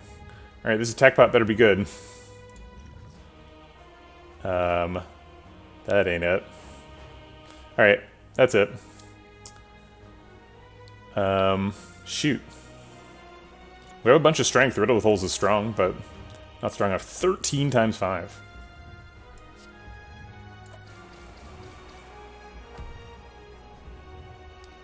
Let's go ahead on our own terms here. Playing bullet time. Close one. Could have done it. Not too far off. Yeah, we never really found enough block. Honestly, like just getting Dark Shackles on that turn would have blocked out. There were block cards, right? Like we could have found Leg Sweep or something. But definitely it was a little bit deficient. Yeah, Wailing Shackles. You don't really want to Wail or Shackles the first multi-attack. You kind of just want to block that one. Because it only hits for 15. Most decks are able to block that by this point. But that's kind of the problem with this deck, is we weren't really able to. Yeah, familiar feeling, definitely. We were offered another backflip. I wonder if I should have taken it. I didn't know at the time that I was going to be a 5 energy deck. After we picked up the Philosopher's Stone, we never saw another one. Was very happy to see the Leg Sweep. Honestly, the deck could have just used, like, a Deflect. We kind of got used to, like, turbo drawing a bunch of cards. We, like, picked an early Acrobatics. Like, a really early Acrobatics. It was our third card. And a Reflex. And got kind of comfy drawing a bunch of cards and doing bullet time. But, like, after this bullet time, we didn't get almost any card draw. We got one backflip. And I kept looking for it, but we couldn't find it. The Tools of Trade was kind of a desperation pick to try and fix the card draw, but it wasn't enough. Endless Agony in a Bottle is always a suspect pick. It did a lot of damage, helped resolve some hallway fights. We were definitely struggling when we did it. Act 2 was really tough for this deck, but almost got there. I mean, it's a Shiv deck that killed Time Lord, so you gotta give it some credit for that. It was pretty close to killing the Heart too. Shiv decks are pretty tough, but this one didn't quite find the way to block. I wonder if I was supposed to pick Wraith Form over Bullet Time. Bullet Time was like a big part of the deck, but like Wraith Form is so good. Wraith Form, drawn on the right turn, could have saved us like I don't know, 40 health in that Heart fight. And you have to wonder if that would have been the difference. We kind of grew out of the Bullet Time too. We had so much energy that it didn't really matter that much. It was huge that the Bullet Time like reduced attacks down to get extra wrist blade damage, but that wasn't really like a core part of the deck. If we had a lot of multi-attacks, it would have been, right? If we had like a, whatchamacallit, if we had a We generated one right at the end. Riddle with holes. If we had a riddle with holes, that would have been really cool. We weren't ever offered Wraith form after we had pellets. We got the pellets after the Act 2 boss reward, which is where we saw the Wraith form. Yeah, obviously Wraith form pellets is good. Although honestly, like Wraith form, after you play Wraith form, you don't really need the pellets. You're not really like going to make a practical use out of your decks. Either your Wraith form is going to last long enough, or you're going to die. It is nice to keep your decks, but it's not really it's not why Wraith form is good, right? Wraith form is good with or without pellets. And Venom was kind of cute. I wonder if that was a bad pick too, because in Venom, like, it paid off a couple of times. It was an important part of how we killed Awakened One, and Awakened One almost killed us, so maybe I shouldn't talk too much smack about it in Venom, but it didn't end up paying off huge. Yeah, I think we needed a Speed Pot out of the Entropic Brew or the Act 4 shop. Speed Pot was way more important than Flex Pot there, because we already had Strength Scaling. We needed a way to block, and the Entropic Brew gave us nothing. We did have the Weak Pot. The Weak Pot was nice. But we had other sources of weak. Like, by the time he did the multi-attack, we had like 4 weak on him, so we didn't actually need the Weak Pot. Although I thought it was good at the time. Yeah, maybe a couple mistakes, but a pretty solid run. Got to the heart, gotta be happy about that.